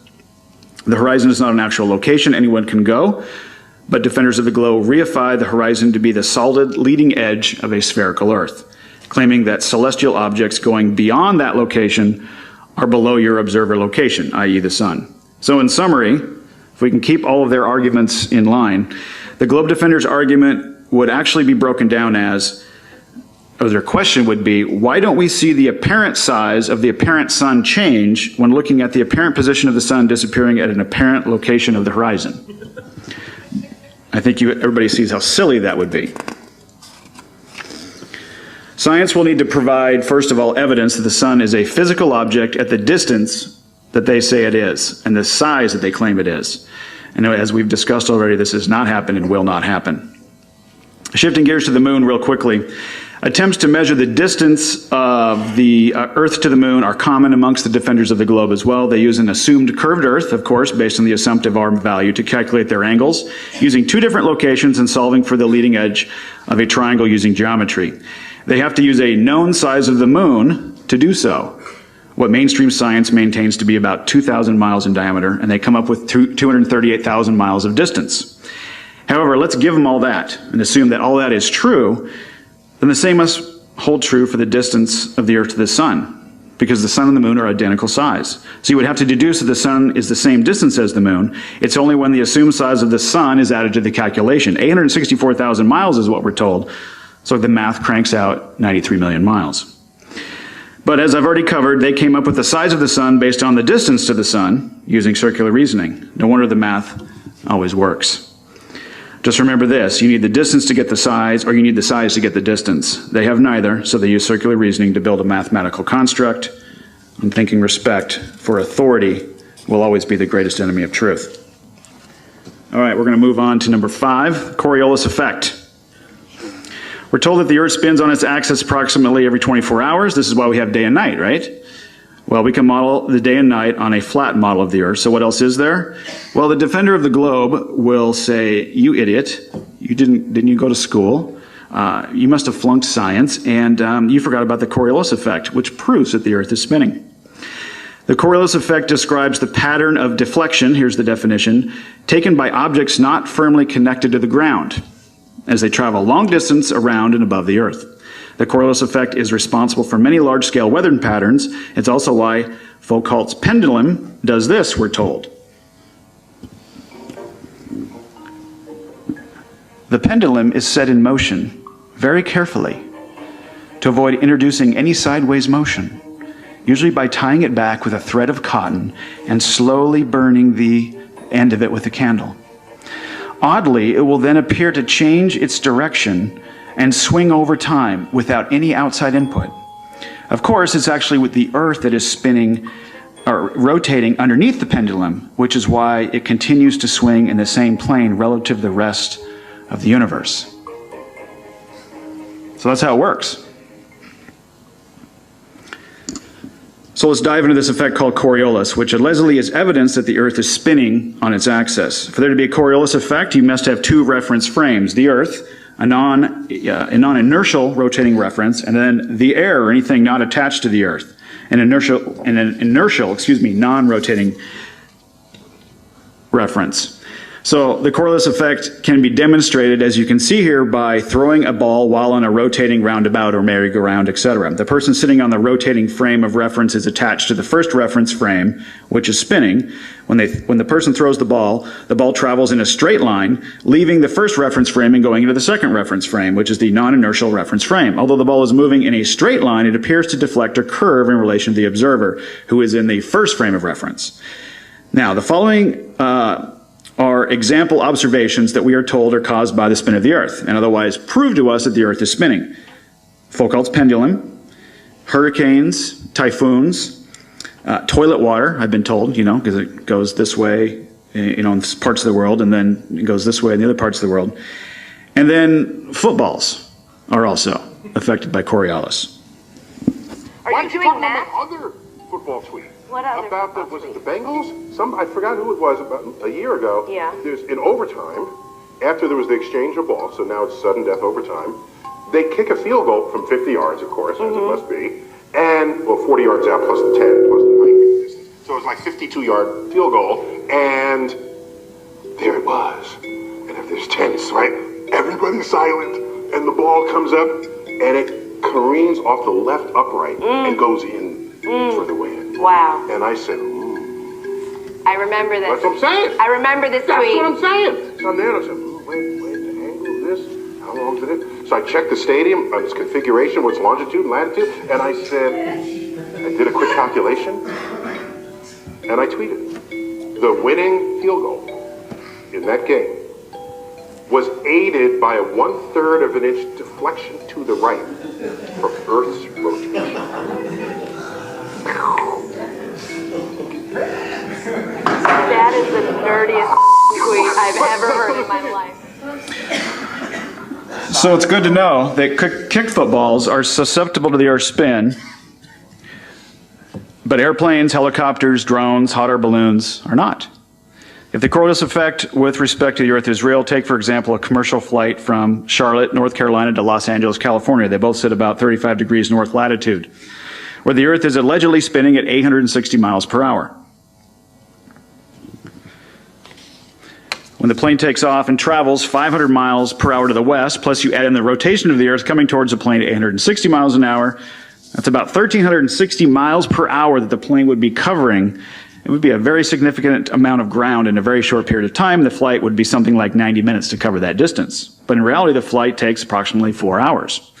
And the flight time is generally the same in both directions, where the plane would have to fly considerably faster east than it would to the west because Charlotte is traveling 860 miles per hour away from the plane once it left the ground in LA. And it left the first frame of reference and entered the second frame. In actuality, the only reason there's a slight difference in flight time is because generally planes flying west are headed into the wind and have tailwinds when they're heading east. So their average speeds in each direction will vary. And then what about planes heading north to south and vice versa? Think about that one for a while. The only way similar flight times in all geographic directions are possible on a spinning globe is if the atmosphere is stuck to the rotating globe, which is what we are taught, exactly that. But this asserts that there's only one reference frame, not the two reference frames that are absolutely vital for Coriolis to even be considered. So mainstream science's own admission is that there is no Earth-based Coriolis possible. When you Google, why can't I feel the Earth, spinning, why can't I feel it, chasing the sun and orbiting around the sun, you get this explanation. The atmosphere is stuck to the Earth. How convenient. So when it comes to pendulums, hurricanes, typhoons, toilet water, and kicked footballs, the Coriolis effect is there to explain certain phenomena as proofs of the Earth is spinning, but generally it does not affect things like missiles, bullets, airplanes. It does warrant pointing out, obviously, that snipers, long-range missile operators, and the like reportedly do not account for the spin of the Earth, or curve for that matter. We have many, ex-military personnel, long-range gunners, etc., who have stated plainly that there's only two dials on their scopes, one for elevation and one to adjust for the wind. There is no adjustment for latitude or direction, north, south, east, west, which would need to be factored in when determining the speed of the projectile and its relation to the Earth spinning underneath it when it left the gun and how long it was in the second frame of reference. Now, to hammer this point home, watch this demonstration of a gun fired straight up with the projectile in the air for almost 2 minutes, landing almost precisely where it was shot from. If the Coriolis effect were a real thing and the Earth was spinning, then this bullet should have landed approximately 21 miles away. And this video was edited slightly for time constraints.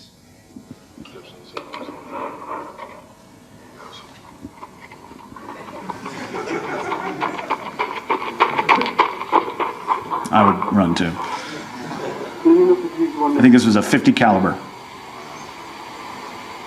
Perfect. You hear me? Yes. And it's 1 minute and 20 seconds coming up. Okay. 1 minute.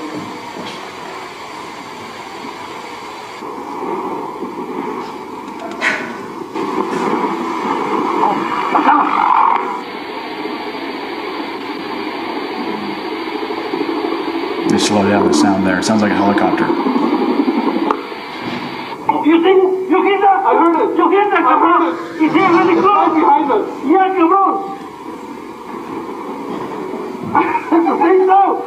150. 150. 150. 1 minute 50 seconds in the air, and it landed almost in the same spot. I heard it. I told you the sound. Because I hear something spinning. Yeah, it's spinning. Let's go out. It's already 2 minutes. All right, I think we've hammered that point home enough. So number 6, and I'm going to try and crank through these in 5 minutes. The number one proof of a globe that we are often presented with is obviously gravity, or the theory of. Apparently solves all the problems of the heliocentric model that those of us who question it bring to the table. Gravity is used to explain how trillions of gallons of ocean water can stay stuck to a spinning globe, how the air pressure system we enjoy here on Earth is kept from expanding into the ultra-low pressure of infinite, never-expanding space, and at the same time keeps the Earth and the Moon chasing the Sun perfectly in a corkscrew pattern at almost 500,000 miles per hour. But like most beliefs in globular models of the Earth, there's not just one accepted explanation. So Isaac Newton is credited as being the father of gravity. He gave us the world's Newton's universal law of gravitation. Whereas he described that all mass attracts other mass and can be calculated using this famous formula that he's credited with, where big G is Newton's universal constant of gravity. But here's the interesting thing. Newton didn't even mention this universal constant of gravity, or G, in his famous 1687 publication, Principia Mathematica, in which he publishes his major work, including Newton's 3 laws. In fact, there was no formula or equation published in the Principia for the universal law of gravitation. And as was the ways of the day, Newton described his newfound law using just words. And I quote, "The principle of universal gravitation, namely, that every particle of matter is attracted by or gravitates to every other particle of matter with a force inversely proportional to the squares of their distance."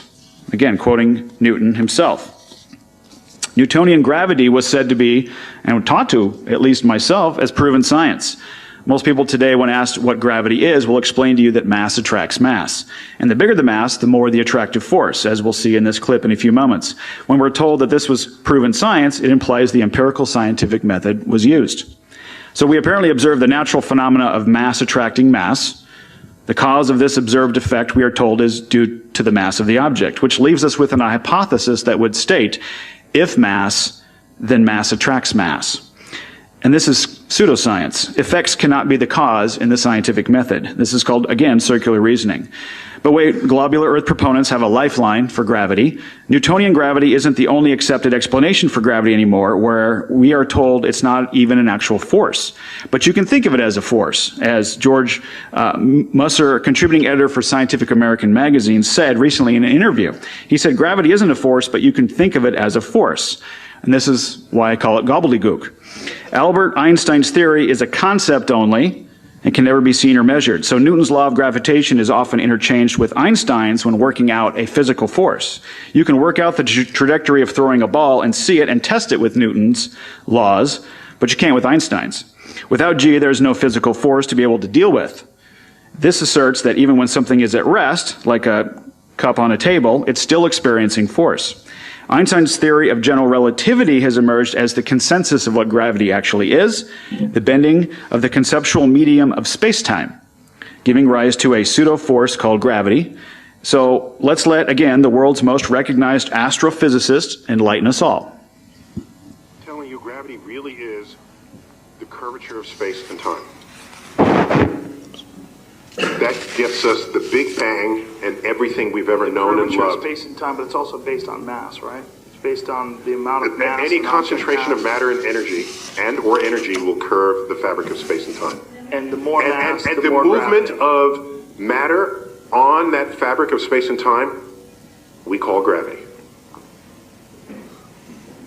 And I'm good with that. Okay, but you seem a little oddly defensive about something that's scientific. No, I'm just saying I'm good with it. But you are, because you're kind of defending it. No, you can say, well, why does matter... Why do you need to know why? No, why That's what does... you're saying. No, I'm saying, why does matter and energy curve the fabric of space and time? You can ask that. Okay, why? And I don't have an answer for that. I can say... Newton was trying to describe the effect of gravity as a force we observe with a mathematical relationship in 3 dimensions, length, width, and height. Whereas Einstein superseded this with inventing the bending of a concept that can only exist in one's imagination. It manifests in 3 dimensions with the addition of the 4th imaginary dimension of time. The closest thing you'll find as far as demonstrations of Einstein's gravity is a trampoline with a bowling ball sitting on it, sagging in the middle. However, this is also demonstrating gravity as an actual force, and objects released on the trampoline obviously just sag straight to the bowling ball, and it's called science. But, unfortunately, sorry Newton and Einstein, you're soon to be replaced.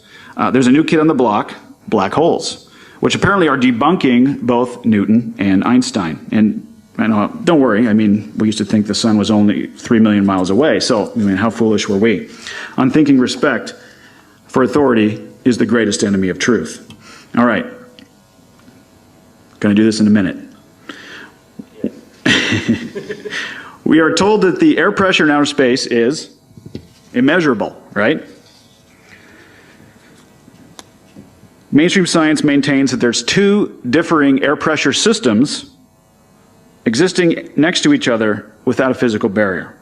So at sea level, we measure about 14.7 pounds per square inch, but once you're far enough away from Earth, the pressure drops down to way less than 1 pound per square inch, way less, in fact.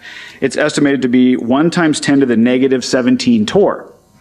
Basically unmeasurable. Now, if we go to our college science textbooks to see how we define pressure, it says pressure is a force exerted by the substance per unit area on another substance. And here's the key line, which I've underlined. The pressure of a gas is the force that the gas exerts on the walls of its container. When you blow into a balloon, the balloon expands because the pressure of air molecules is greater on the inside of the balloon than on the outside. Pressure is a property which determines the direction in which mass flows. If the balloon is released, the air moves from a region of high pressure to a region of low pressure.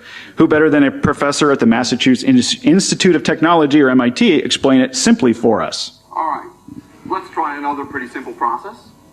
Let's just take a gas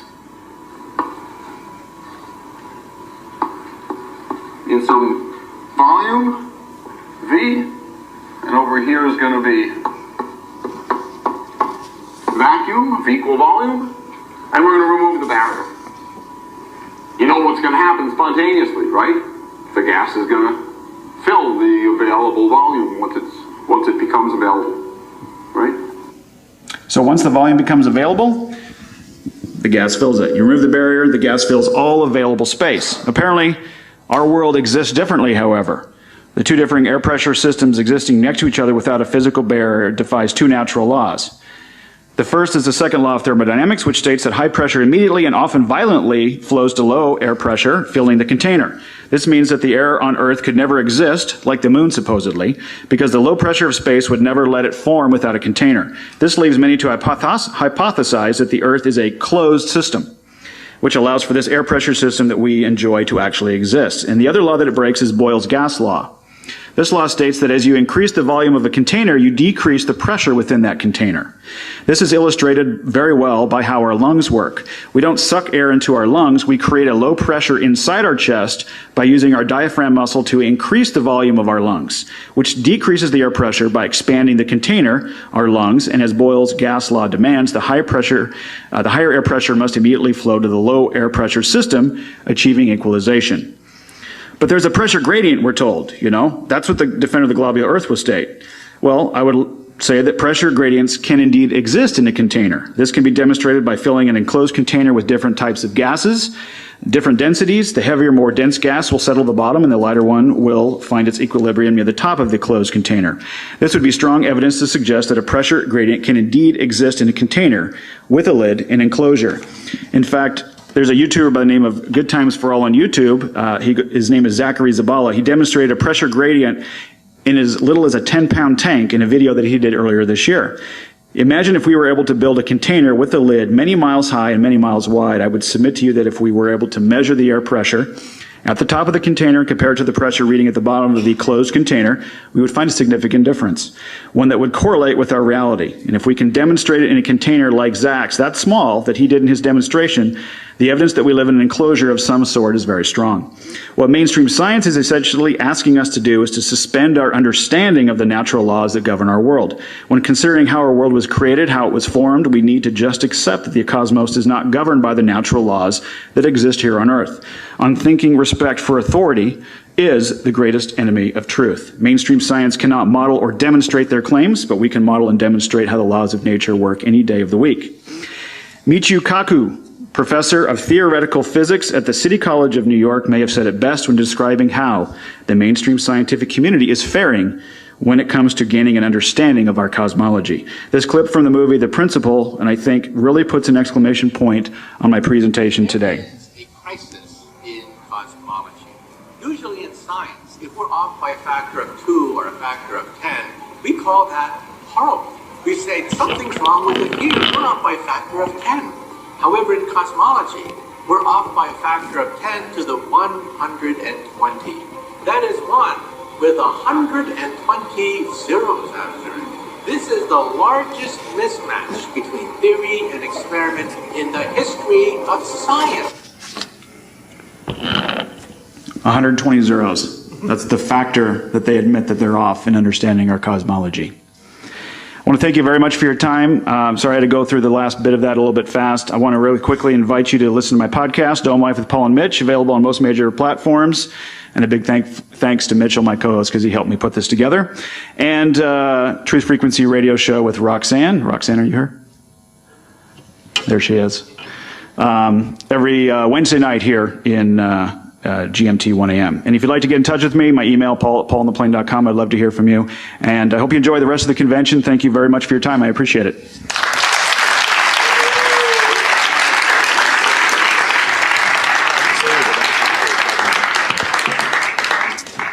I must admit, I didn't actually see all of Paul's presentation, but the bit I did see, I thought it was really good. But then I'm a little bit biased because I love these guys. We are now going to bring up Iru, but as before, we need a couple of minutes just to actually let him get set up.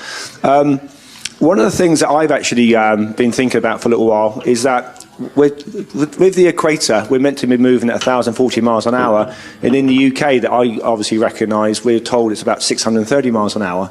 And basically, when you actually have the spin, that with this moon, it's meant to be moving at 15 feet per second. And if you take it that where the moon landed, that Paul was showing on video, let's assume that it's only a third of that, and it's only moving at 5 feet. So the way I look at it is that when the moon lander went up and the camera was tracking it, 2 seconds later it would have moved 10 feet. But when you look at it, it looks like it's going straight up. So I always question that. So anyway, Iru, there's only 2 speakers that was actually at the UK convention that are now here today, and that's allegedly Dave and Iru. And so it's really, really great that we're actually still keeping in good communication with these guys. So anyway...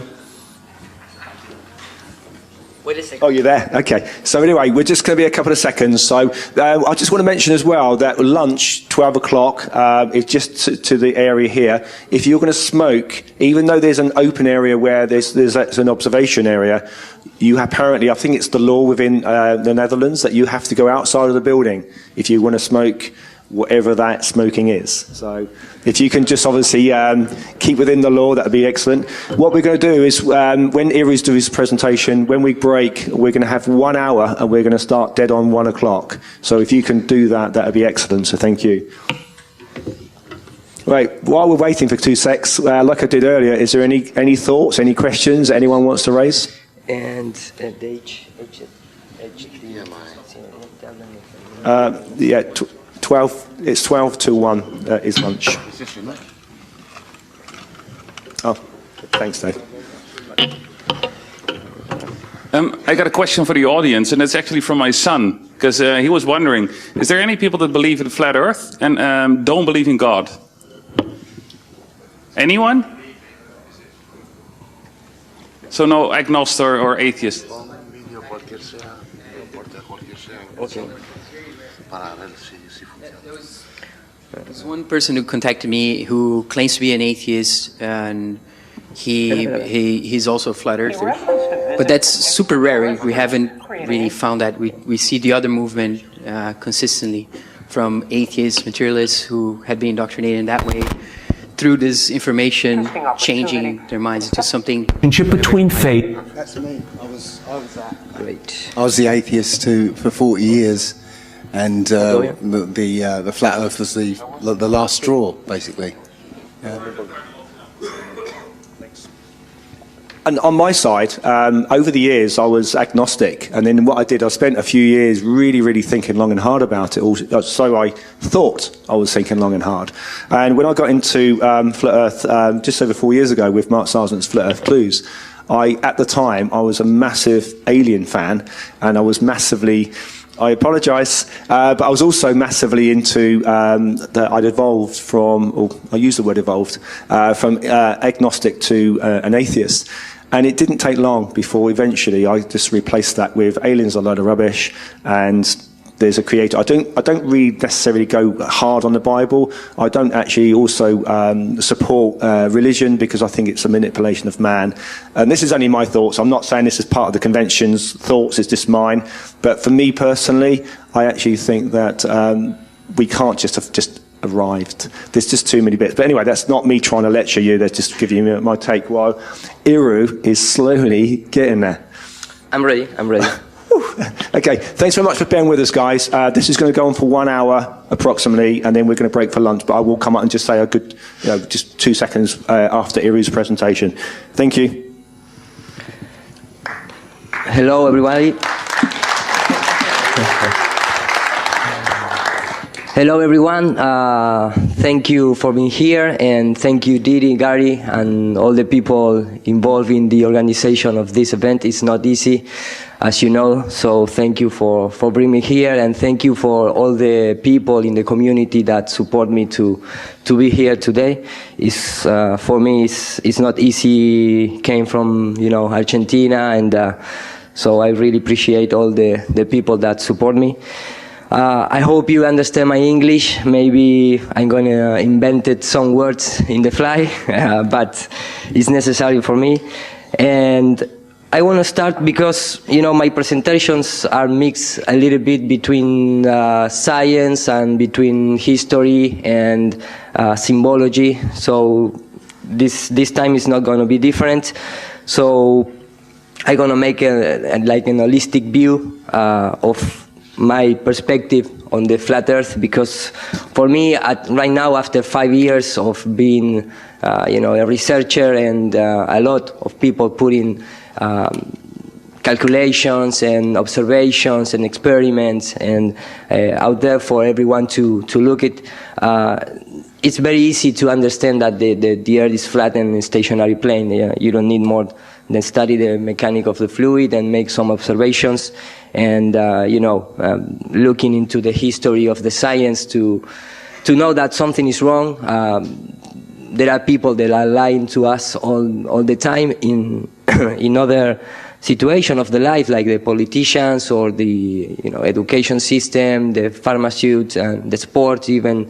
There are corruption out there in any directions we look. So there is no easy, difficult to understand that we've been told lies all our life.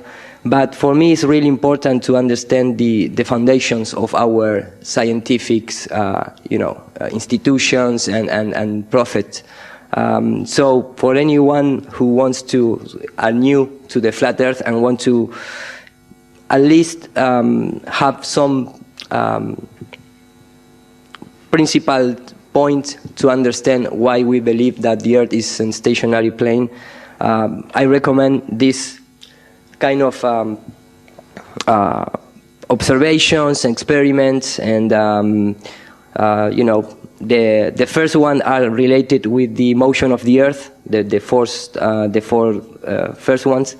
Then we have a few other for understanding our Big Bang cosmology. We have also mechanisms to understand how in the antiquity, the cosmology, the science of the antiquity, measure our sky, our movement in the sky. The Antikythera mechanism is one of the devices for me, one of the most important devices for understanding our sky. The gyroscope, the spirit level, the compact, the sextants, long-range laser test, the long-range observation with infrared lenses like G. Tolan Media doing his channel. He's amazing. The high-altitude balloon cameras, the long-distance microwave and radio wave. Our senses, of course, that will be nice to, to pay attention, because sometimes the modern science trying to take off our senses, and supposedly they lying to us. So that is why we create instruments to try to contrast our senses. And when our senses and the instrument detect the same thing, that is something to take into account very seriously. For example, like the rotation of the Earth.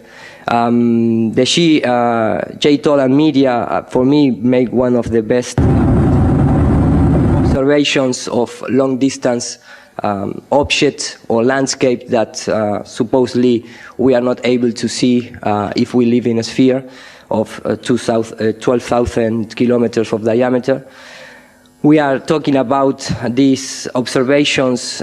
Some of these observations take place more than 400 miles to the horizon, and supposedly at that altitude, at 10 kilometers from a plane, we only see 100 kilometers to the horizon, and this is like sometimes is 3 times more than that observation. So, and you can clearly see in his videos, you can clearly see the horizon even continue behind the mountains. So that is more an evidence that we live in really big plane, and the horizon is always at eye level than the sphere of the size that the science priest give us.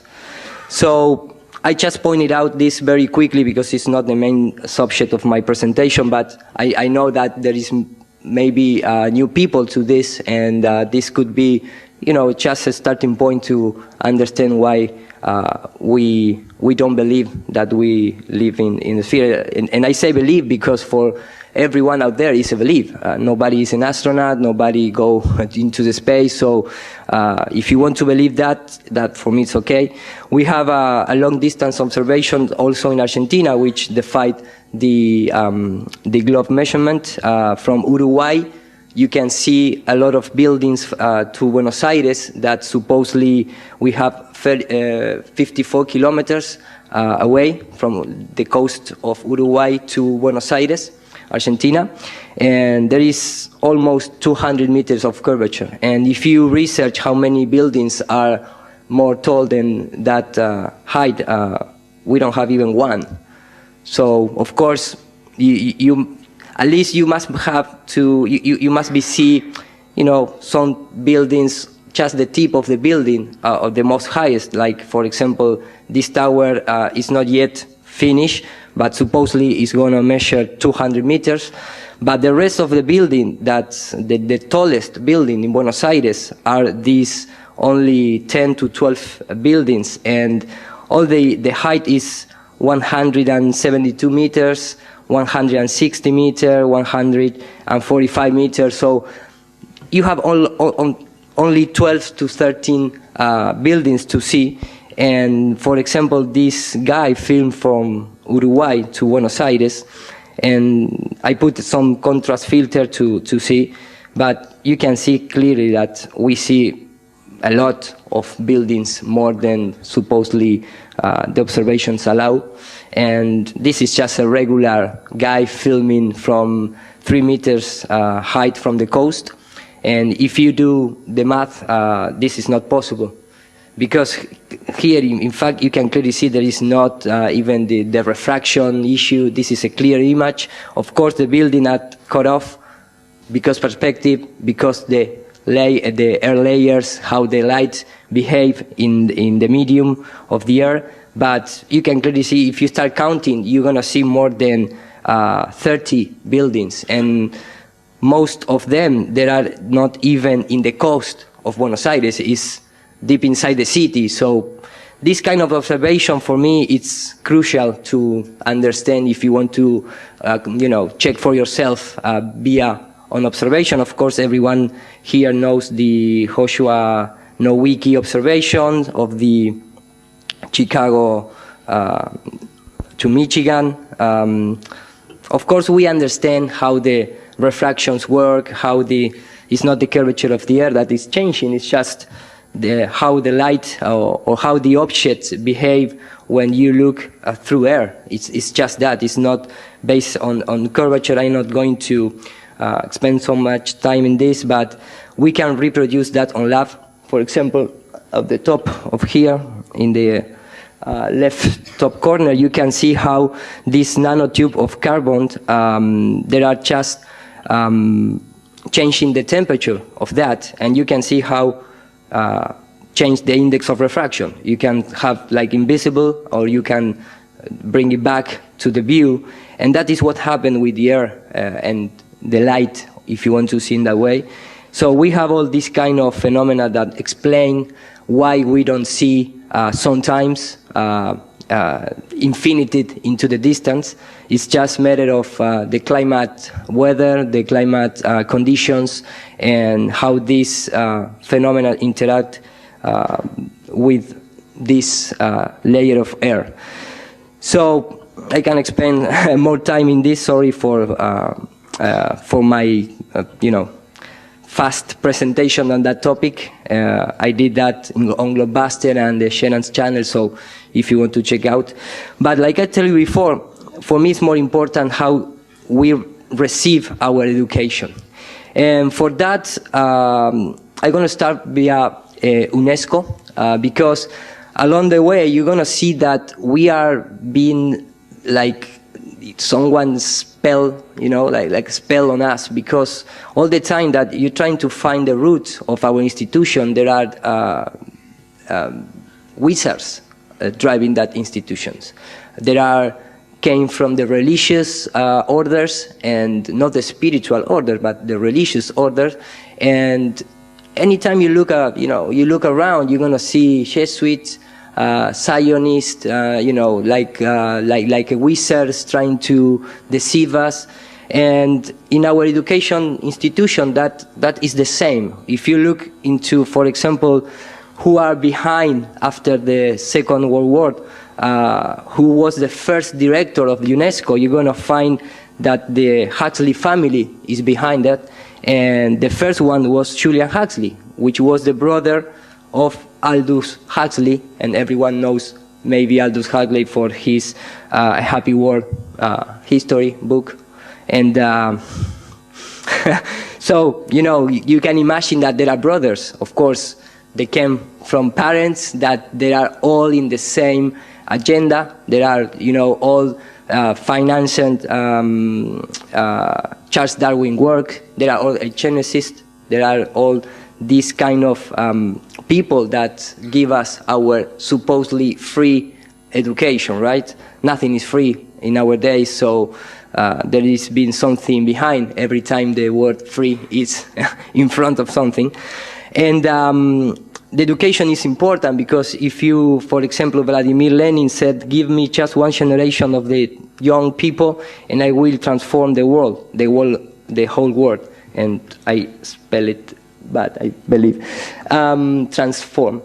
But that's true, because if you start looking into the history from Galileo to our time, it's only past 6-8 generations of human. Nothing more than that. And at that time, who have access to education? Just rich people.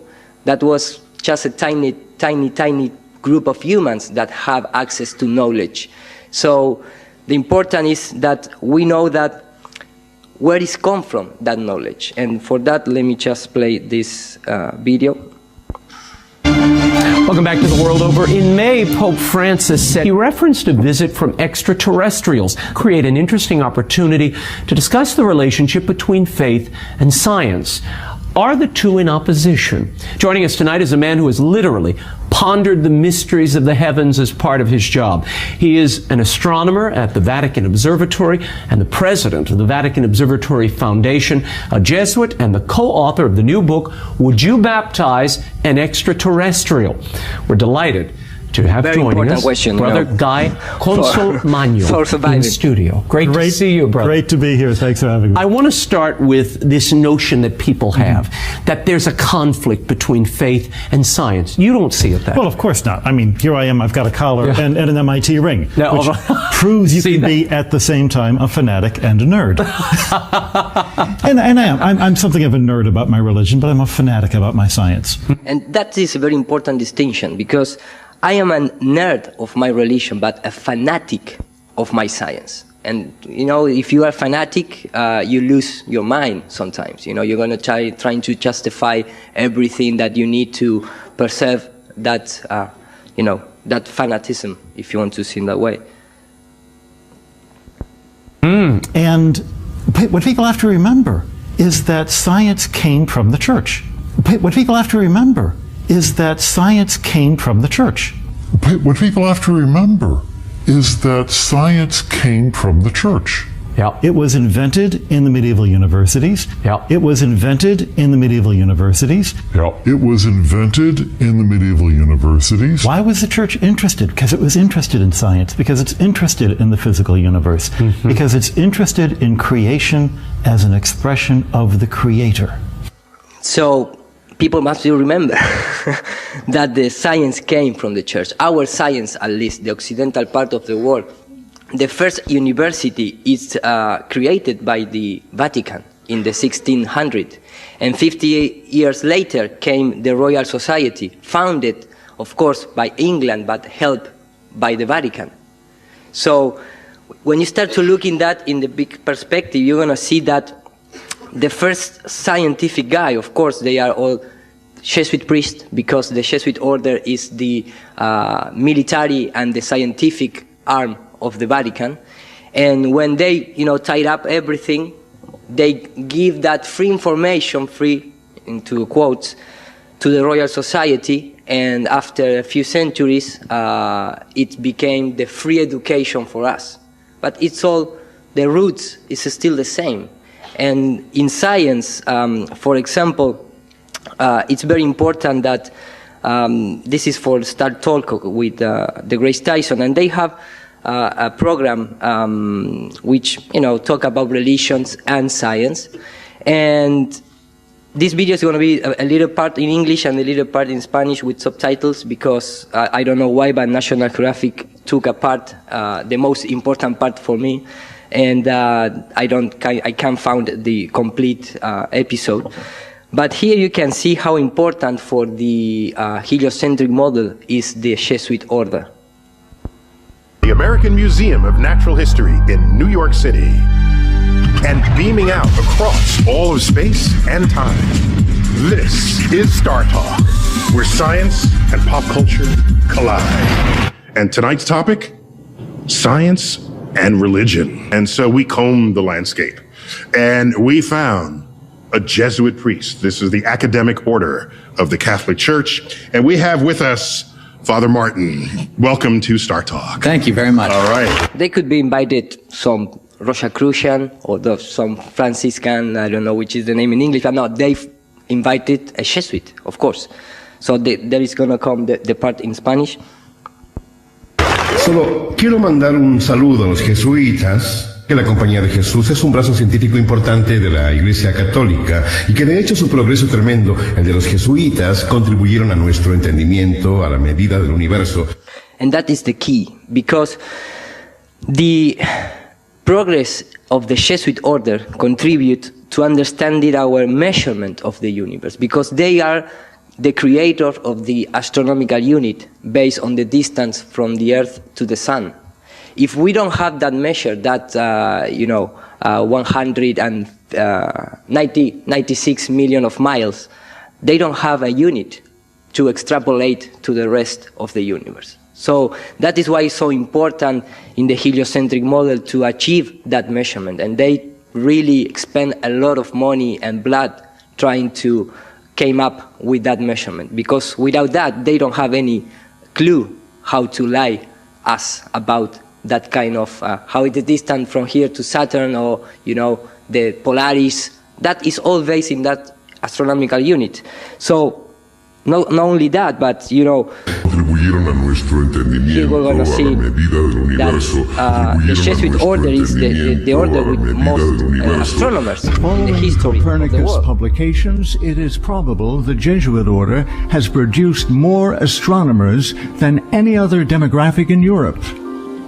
That, ostensibly, a religious order should produce so many scientists should cause surprise. However, as these scientists have focused nearly exclusively in but one area, this gives us reason to question. And that gives us reason to question, because nothing of this is told in school or in universities. They just skip forward all this part of the history. So for me, the heliocentric model is a perfect representation that in our days we have computers, so all the math that you will, in the past, they need to be instruct us in terms of mathematical to our brain process numbers into images, numbers of measurements or distance into images. Right now they don't need that because they have computers. So they just process all the numbers in images via computer.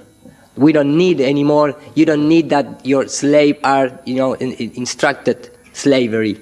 You just put image out there, and if you research and read the protocol of science, one of the protocol, the number 2, is referred to how they create agents in the school, in the educational system to instruct us via images.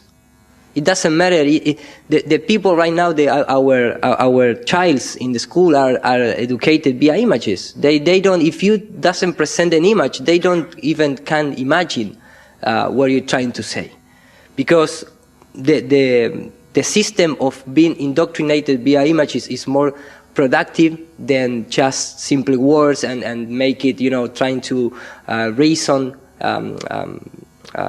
trying to, become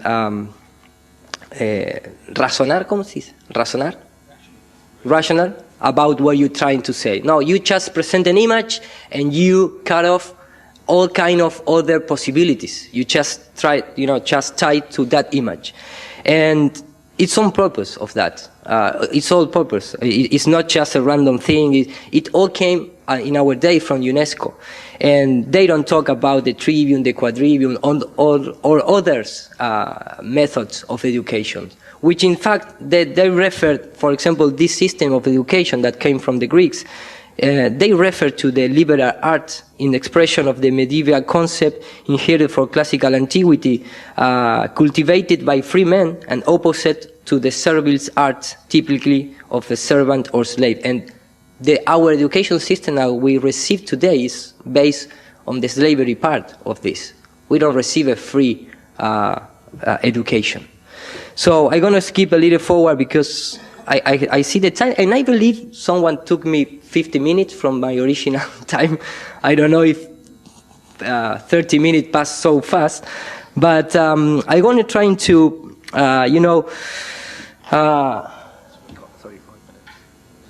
35. Ah, okay. Well, 10 minutes more. It's 10 minutes more. So, what I'm trying to say is, for me, when Nikola Tesla said that famous quote that if you want to find the secret of the universe, think in terms of energy, frequency, and vibration, I try to not only think in terms of experiment, just in electricity and magnetism, but also in terms of the voice, in sounds, in our own thoughts. Are, if you want to see in that way, there are also vibrations in our body. That is why, for me, it's very important the Germanic medicine. If you want to go to the Chinese, whatever. For me, the Germanic medicine, at least for Occidental part of the world, is very nice to study. But after all, everything that we have inside is a vibration. It's a frequency, because if you're trying to imagine something right now that make you cry, there is no physical place to that image that make you cry. But at the end, it's make you cry. So that is why all the seeds are, or not all, but the majority are psychological, because the word psyche means soul. So what is the soul? You cannot find in the particular spot in location, in time and space. So trying to understand from this perspective, you can, use this quote to understand in terms of maybe experiment part, but also in terms of the spiritual part, if you want to see in that way. So I'm going to skip forward a little bit because I want to, tie this with the heliocentric model. And one of the best thing that these people recommend us to imagine, the majority of the of the hypotheses or theories that they give us start with that word. Imagine that you are in that. Imagine that you have. All the time they trying to bring that imagination to our life. And one of the most important is gravity, of course. If they don't have gravity, they cannot support their model. But when you go to the scientific guys trying to explain gravity, and I know many of you saw this, is what it came out. You have no idea. Okay, next question. Wow. No, here's the difference. We can describe gravity. We can say what it does to other things. We can measure it, predict with it. But when you start asking, what it is, I don't know. I hate to say this, but there's no such thing as the force of gravity. What? I wish I didn't know that. Sorry, say that again, Marcus. There's no such thing as the force of gravity. Well, explain that. Newton said that if an object falls, it's because there's a mysterious force called gravity pulling it down. But Isaac Newton himself was not satisfied by that. Objects move because they're pushed, not pulled. So what is pushing this? Newton didn't know. So Newton simply threw his hands up and said, I don't know. So I'm going to invent something called gravitational pull. And said, I don't know. So I'm going to invent something called gravitational pull. So, in fact, in our times, it was, I see this, I cannot remember the YouTube channel where I see this, but even, for example, people that, like Steve Jobs, it's been involved in this kind of study, because why he's going to say this if he's not interested? The elements of discovery are around you. You don't need a computer to know. I mean, here. Why does that fall? You know why? Nobody knows why. Nobody in the entire world knows why that falls. We can describe it pretty accurately, but no one knows why. I don't need a computer to get a kid interested in that, to spend a week playing with gravity and trying to understand it and come up with reasons why. That words, for me, it's the same words that the Grace Tyson uses. I don't know which was the first who said it. But remember that, for example, this guy, Steve Jobs, the first Apple computer logo, it was this Newton with the Apple here. This is not the first one of those logos. And of course, it has a few. If you research about the life of Steve Jobs and the computer itself, the Silicon Valley itself, it's also made by occultist guys. I don't say that Steve Jobs was one of those, but the top of the head of Silicon Valley, they are occultists. And of course, in our days, we have our computer software that create those images to present us. For example, the heliocentric model, they all had all this symbology behind it. For example, one of the most applications uses in our day, like the Adobe Suite, suddenly after the Flat Earth came out, they start using images of astronauts, aliens, horizons. Even in his promos, they use this concept of the Flat Earth Society, pyramids, eyes, even, for example, a Baphomet in his logo of After Effects, infinity planes, pyramids all the time. Adobe with the pyramid Autodesk changed his logo, its logo from the 90s to 2000, creating this pyramid. The NVIDIA logo is the all-seeing eye. Even Microsoft in the original logo has this tiny pyramid between the O and the S. Sun Microsystem, the original logo of Intel was a pyramid. I mean, if you start looking, it's all around us. This is magic for day, it's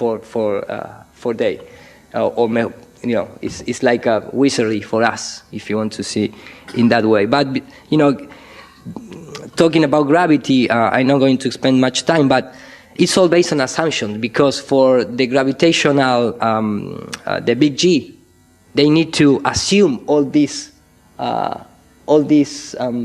measurements. The only thing that you can really test is just the acceleration of that object falling to the ground. That is the only empirical evidence that you have. But the rest is just all assumption. And they took a lot of centuries to become up with that, because the first value and the only value they have was this. And then they create like a reverse engineering and they have Eratosthenes at the beginning with the radius of the Earth. Then they know how to take the density via volume.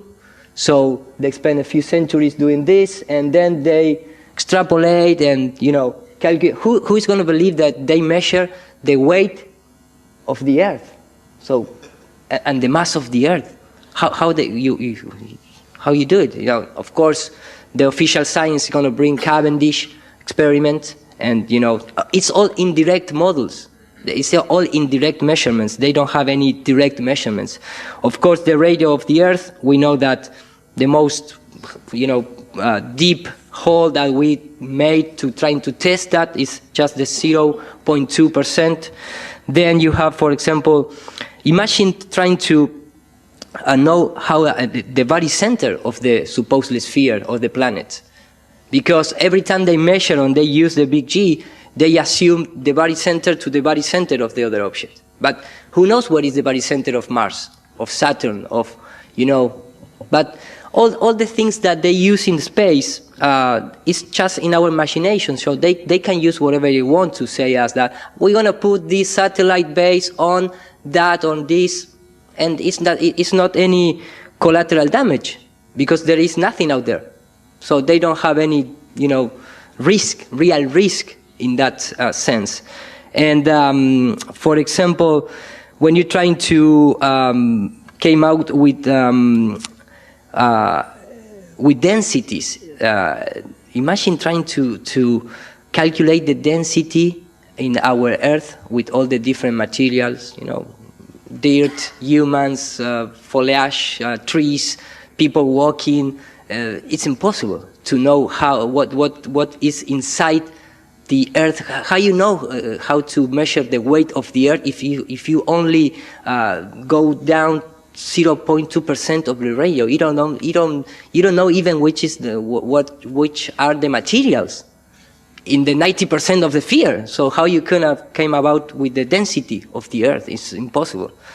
And of course, when you go to the most important experiment to determine this, they are all from the Freemason Lodge. There you have Cavendish, and there you have Bouguer, which comes from, it's a French scientist, all with this, the hand symbol. So for me, the real equation for the gravity is more this than just the regular F equal, G equal. It's more like a Newton, Cavendish, Bouguer, masculine with Eratosthenes. If you see in these history terms, it's more believable than the original formula that they give us. But they need to spend all this money and centuries trying to get this reverse engineering. So the sun, for me, it's an electromagnetic source, as the electrical universe, trying to explain. But of course, they mix all the time this, for example, this is from the book of Dr. Einstein.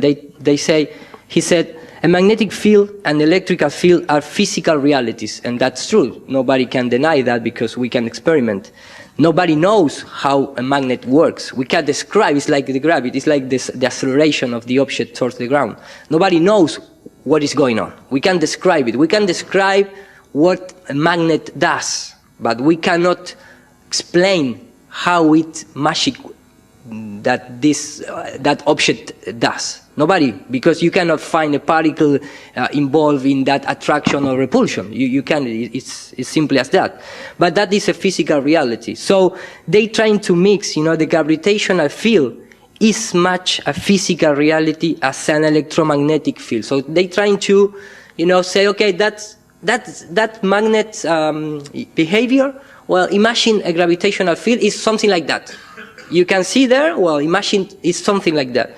And when you start looking at the movement of the sun and how maybe this is just my research and this is not an empirical confirmation because nobody goes there and touch the object and really analyze. But when you start to look into the path of the sun, you're going to see the analemma, right? And when you see from the perspective of the ground, the analemma is like a number 8 with some part of the 8 more biggest than the other part. Depends of what part of the world you are. So that means that, there is going to be involved like an elliptical orbit of movement, and that refers that there is going to be a change in acceleration because we all have 24 hours all the days, but this object make different path, different area. They cover different area in the same time. So when we look like this, we perceive like there is some kind of 8, and maybe if we have the possibility to look from the top, maybe we start understand that it's like just a circle going up and down, because as you know, the seasons in the heliocentric model are explained by the distance and the change in the angle of rotation of the Earth. But the most important thing is that is in the distance of the light source. So we can explain the same thing. Let me just go back a little bit and put the play again.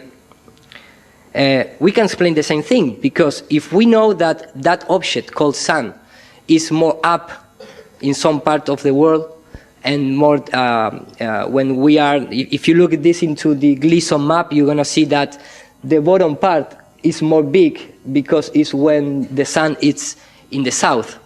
So it needs to cover more area, because if you look into the Gleason map, it's going to be more wide, of course, the circle. The perimeter is more big than the center. So when the sun, when you have summer here in Europe, the sun is more height, but it makes a small circle.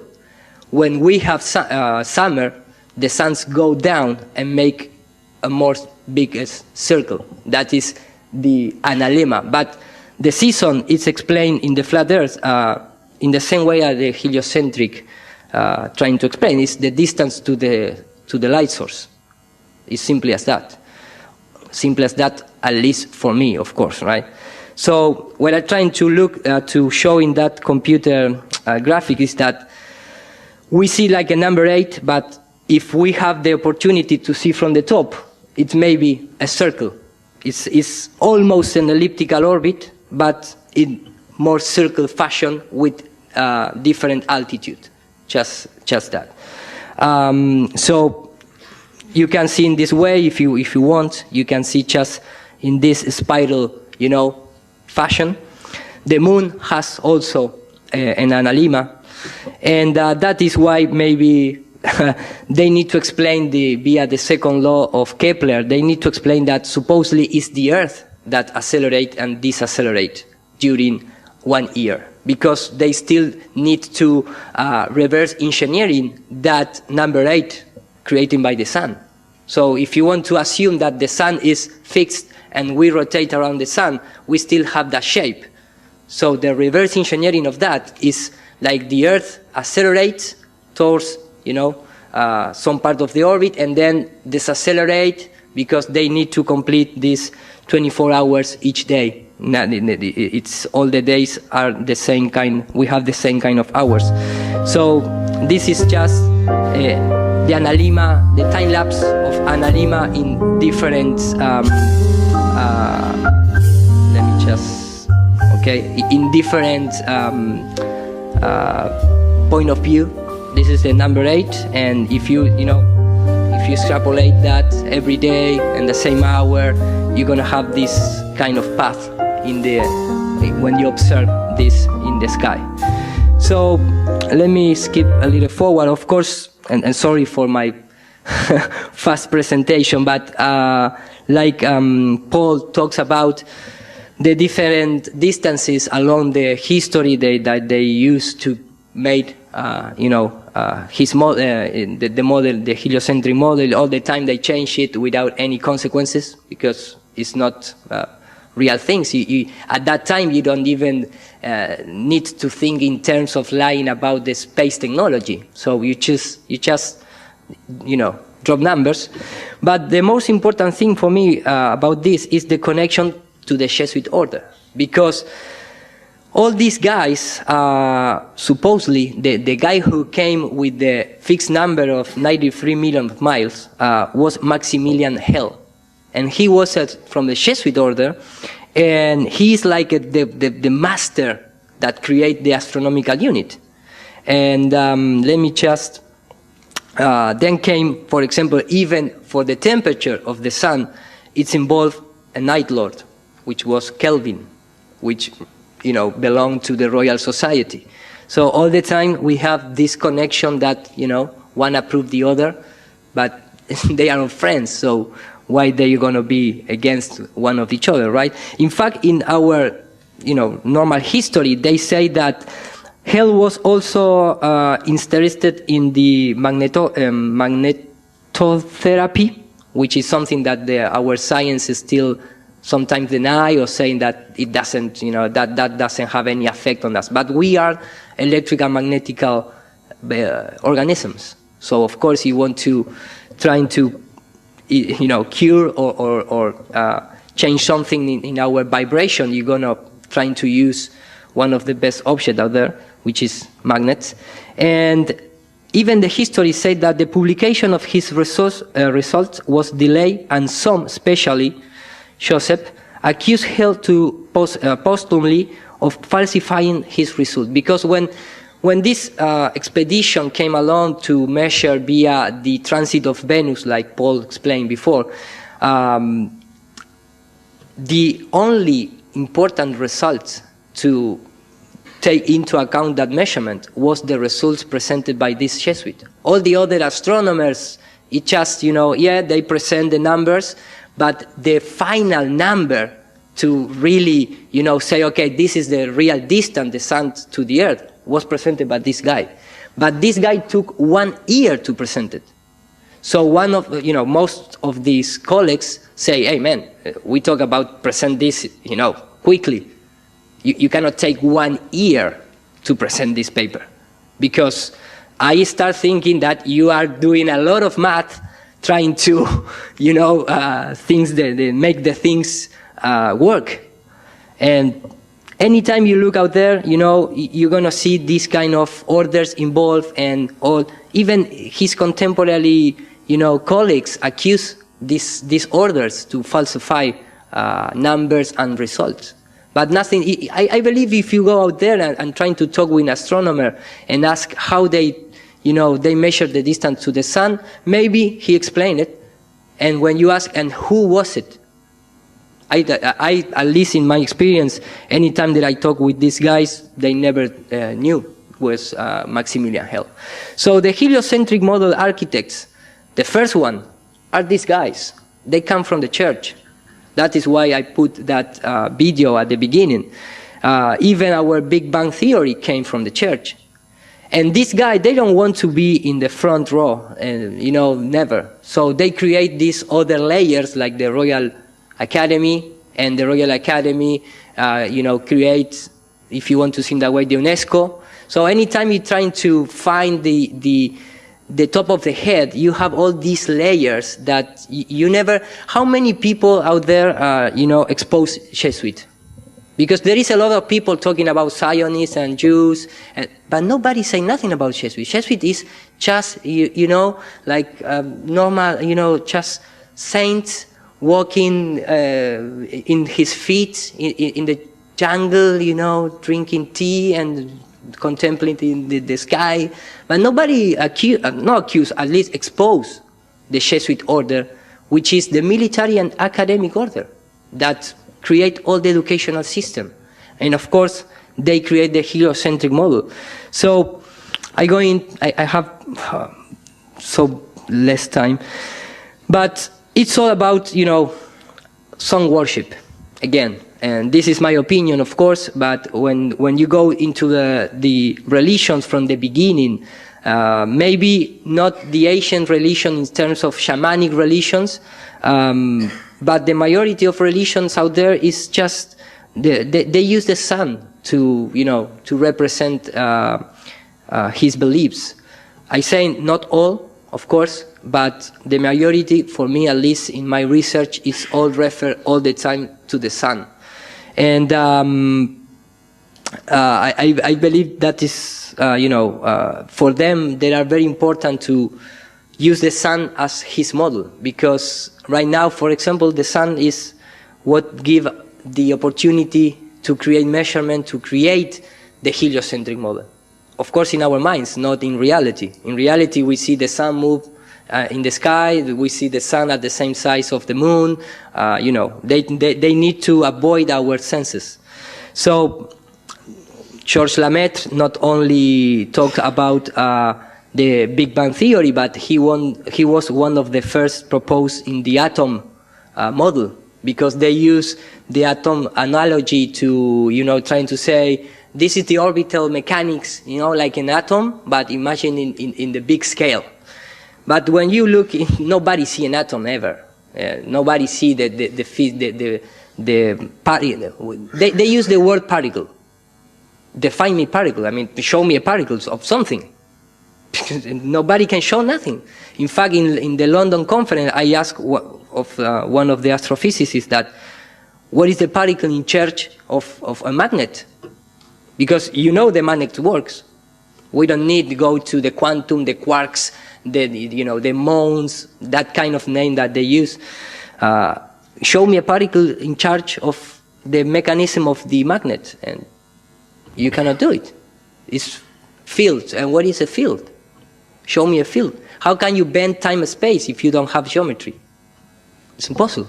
It's impossible. I mean, show me a particle of time to bend it, because you need something physical. If you're going to say that we're going to bend something, you cannot bend love, for example. Bending a love, no, because that is a concept. You cannot bend it. You cannot transfer. If you want to see in physical terms, we are not talking philosophy, we are talking about science. So if you're going to bend time and space to justify your model, you need to show me that. We are waiting. So when you start to look into the, this concept between magnets and electricity in terms of symbology, of course this is the model of the atom god, because atom means sun god.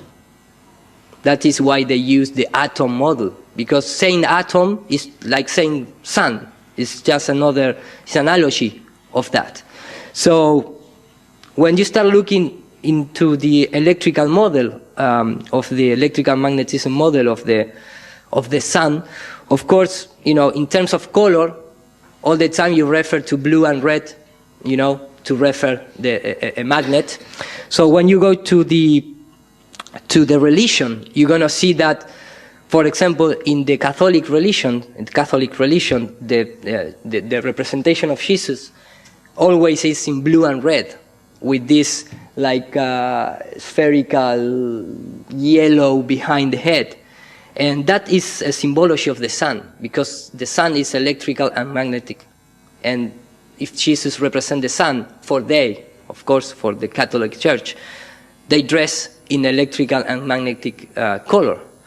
So let me just go a little bit forward. Electric fields, you can see electric fields. Of course, you need a medium. You can witness the electric field in action when using a plasma ball. The electric field around a plasma ball is strong enough to ionize mercury, neon, helium, and even the air itself.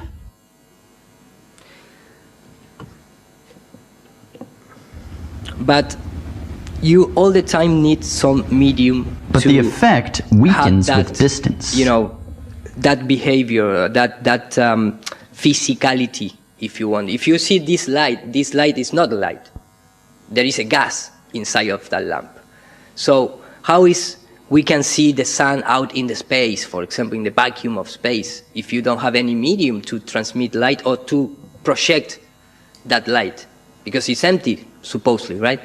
So I'm going to skip forward because I know some of you know the Dan Dimension videos talking about how these ionized gases can explain our sky in terms of the color that we see when it's a sunset, when it's a dusk, where we have daylight, night. It's really, there are really good videos out there, but let me just trying to go a little forward and because sometimes the people, when they see these kind of high altitude balloons, they trying to say that this is the curvature of the Earth, but that is more the curvature of the light, or you know, not the curvature of the light itself, but it's like the source, in this case the sun, that is producing this electromagnetic field is bending the gases that project the light. It's not because the light doesn't exist there is not an object called light. You just excite, if you want to see, ionize the gas that is carry on that, you know, vibration, if you want to see in that way. So let me just skip forward. For example, with the magnet, you are not bending the light there because there is no light. It's this radiation, it's this plasma, but you're all the time need a medium to project these kind of things. So have that in mind, how, for example, our color in the sky can reproduce in the lab. All our electricity that we see in our work can reproduce in the lab and, you know, small scale, and something that the majority of the heliocentric model can't do it. They cannot even reproduce the curvature of the water in the lab. They cannot even show us the curvature, the geometrical curvature of the Earth. So I really like to show a little more of the sun issues. Let me just play this and have... Good afternoon. My name is Don Scott. The electric sun is a sort of a natural outgrowth of the electrical universe hypothesis. We know that there are magnetic fields actually had a circuit that showed the electric sun.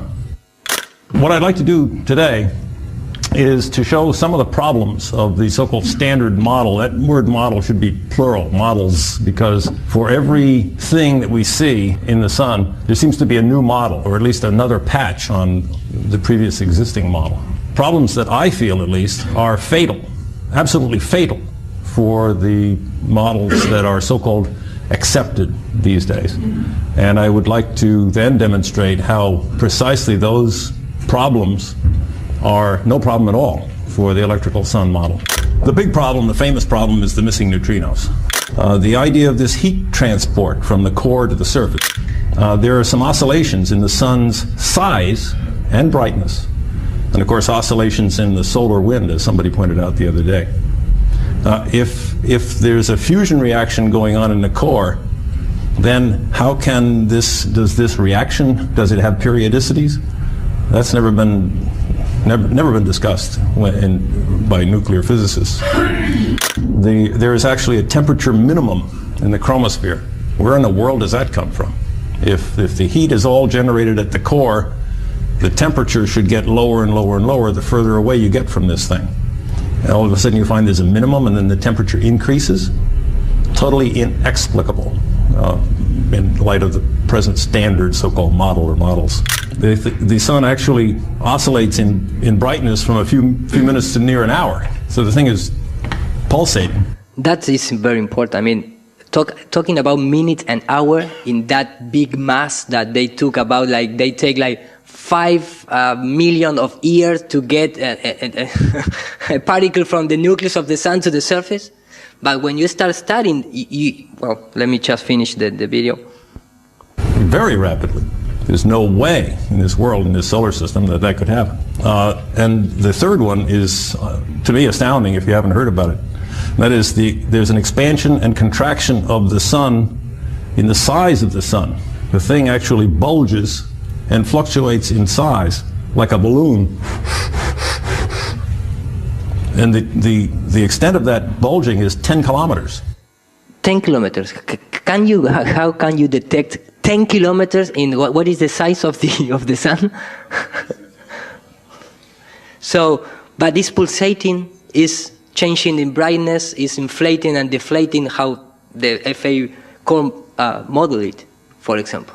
And so, you know, when you start to having this and that happens in mind, in about a period of about 160 minutes. You can understand maybe how. Where did that come from? How do you why explain it from the so-called standard model? Plane of existence is alive, and They just ignore it. dynamics, they just ignore it. Of course, this is something that if you're trying to talk about these things with astrophysicists, they don't even know, because they don't even study the electrical model of the universe.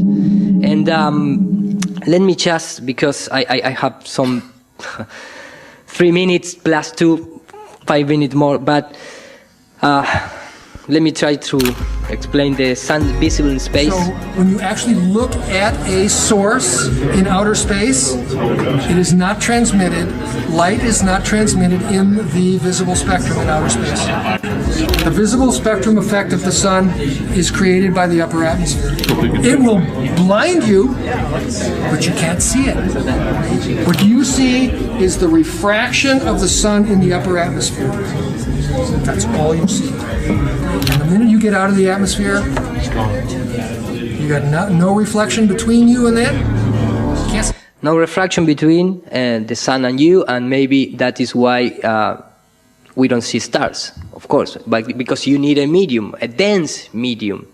That maybe they use, radio telescope for some of the study instead of just optical telescope. And this is just a simulation, do it by Arnold. Arnold is a render engine. This has a GoPro, of course, because I was doing this for other purpose.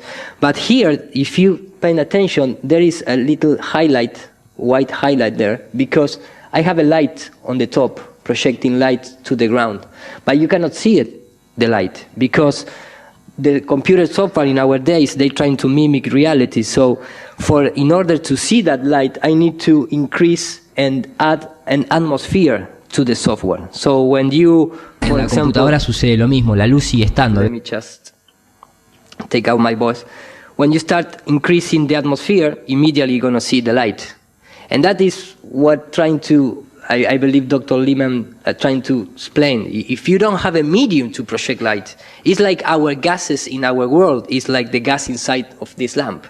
It's an analogy of that. And this was be a nice topic to discuss with Geran about the acceleration of gravity, if we could explain it by, electrical and magnetic behavior. I don't have the time to go with this, really sorry. But just give me 3 more minutes and let me trying to explain what is, for me at least, our magnetic field. Because in all the ancient culture we talk about, all the time they talk about the torus field, the ball field, this analogy of this toroidal, donut magnetic force. That's, maybe controlling the bull. It's like, I like to see in the way that is controlling yourself, your own field of energy. But also, we have sometimes, if you want to see this in the real life, in antiquity, we have this Sirijantra, which is an instrument, that is the word means. And we all see, this 2D depiction of this kind of art in this, of this concept. But when you transfer this to a 3D model, you're going to see, maybe this is from where is come all the magnet in our world. Because after all, we have a magnetic field, of course. We have a magnetic donut. So when you start looking in this kind of concept, you can clearly see that this that 2D picture It's just like a cross-section of 3D electrical and magnetic field that we have. This is, for the heliocentric model, this is the Van Allen belts. And when you're trying to see this this is from Tesla Apple YouTube channel, but here you can see how that field, you can have it in a magnet. So we cannot see particles, but we can see this field represented in terms of light lines. So this is just a ferrocell showing that the torus of a tiny magnet. Can you imagine that in the big scale? We don't know where is the center of our world. We, just try and, we take a compass and know how that compass point, but no, it's not only the Antarctic close. If you want to go to north, it's also close. We have Russian people there, we have American people there, military guys, of course. And maybe the most important, we have the climate, it's like this model is just an enclosed system, and maybe we are not able to achieve the limits of our world in terms of how this world was designed. So we have magnetic anomalies, for example, and that everybody knows about that. So when you start trying to say how the planets move, how they orbit, well, for me it's more explicable in terms of electromagnetism than the gravitational model, because if they don't even can reproduce the gravitational model in a scale, we don't even see how mass attract another mass, but we can see that in terms of electricity and magnetism. We see in labs how electricity can repel, can attract. So to finish, let me just explain how you can recreate. We are so excited to be here today.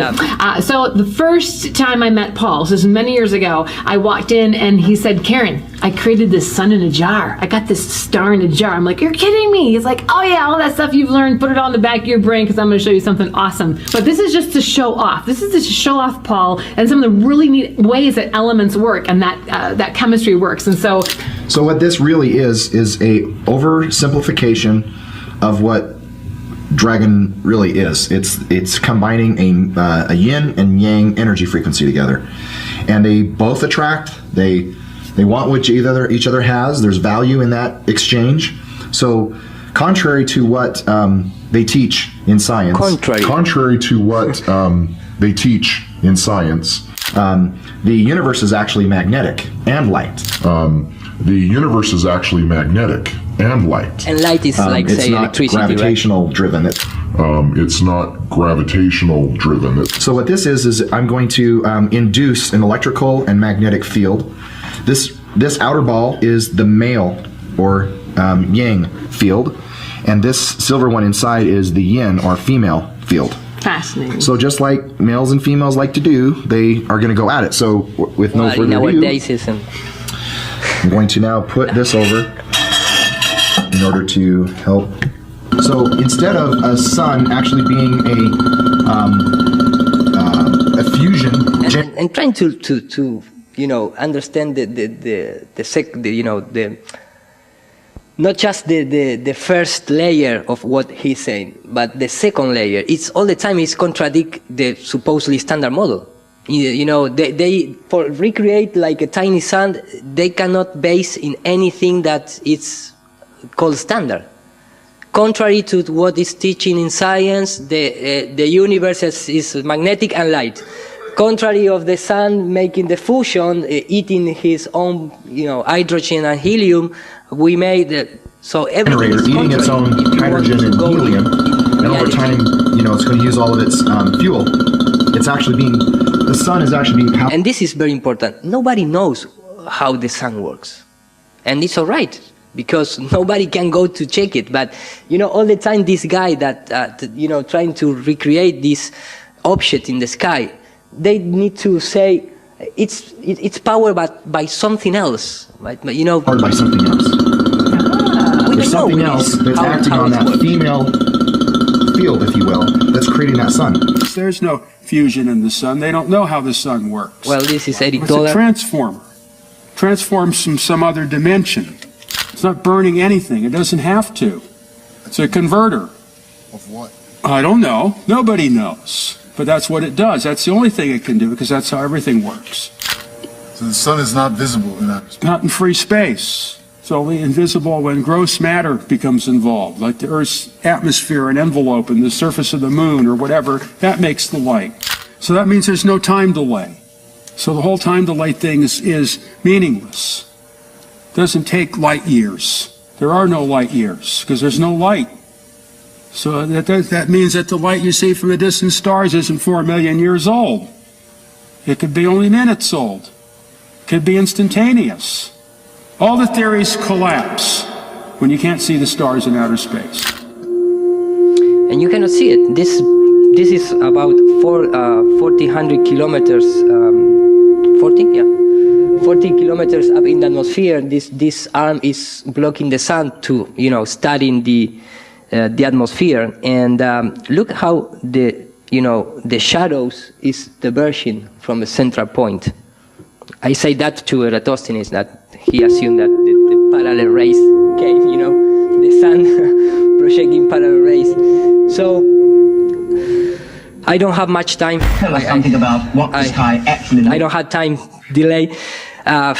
It left me a few things about the stars, the sonoluminescence thing, even the symbology behind the alien invasion that is referred all the time with the god Pan. The theory behind the how our life came to the earth. It's called panspermia. It's the sperm of Pan, because they use all the time Pangea. Jack Parson, in fact, he was one of the worships of this culture. I don't have much time, but just let me give. Oh, it's gone. Okay. Okay. Well. Okay, guys. Thank you. Thank you for being here.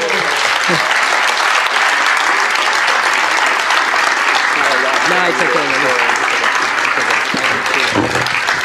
I do apologise that we had to obviously rush it, but we're trying to keep on schedule. I just want to mention that Douglas Folt has got his book, that's a fiction book about flat Earth.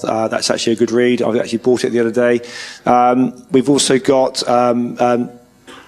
Mark Devlin has actually got his book about resonance frequency. No, sorry, about the music industry. That's actually worth looking at. We're going to be back here at 1 o'clock. If you can actually, I know it's been a long morning, and I apologise for that. But because we're only doing this over one day, we've obviously a little bit of a clock. So see you in about 55 minutes. Thank you.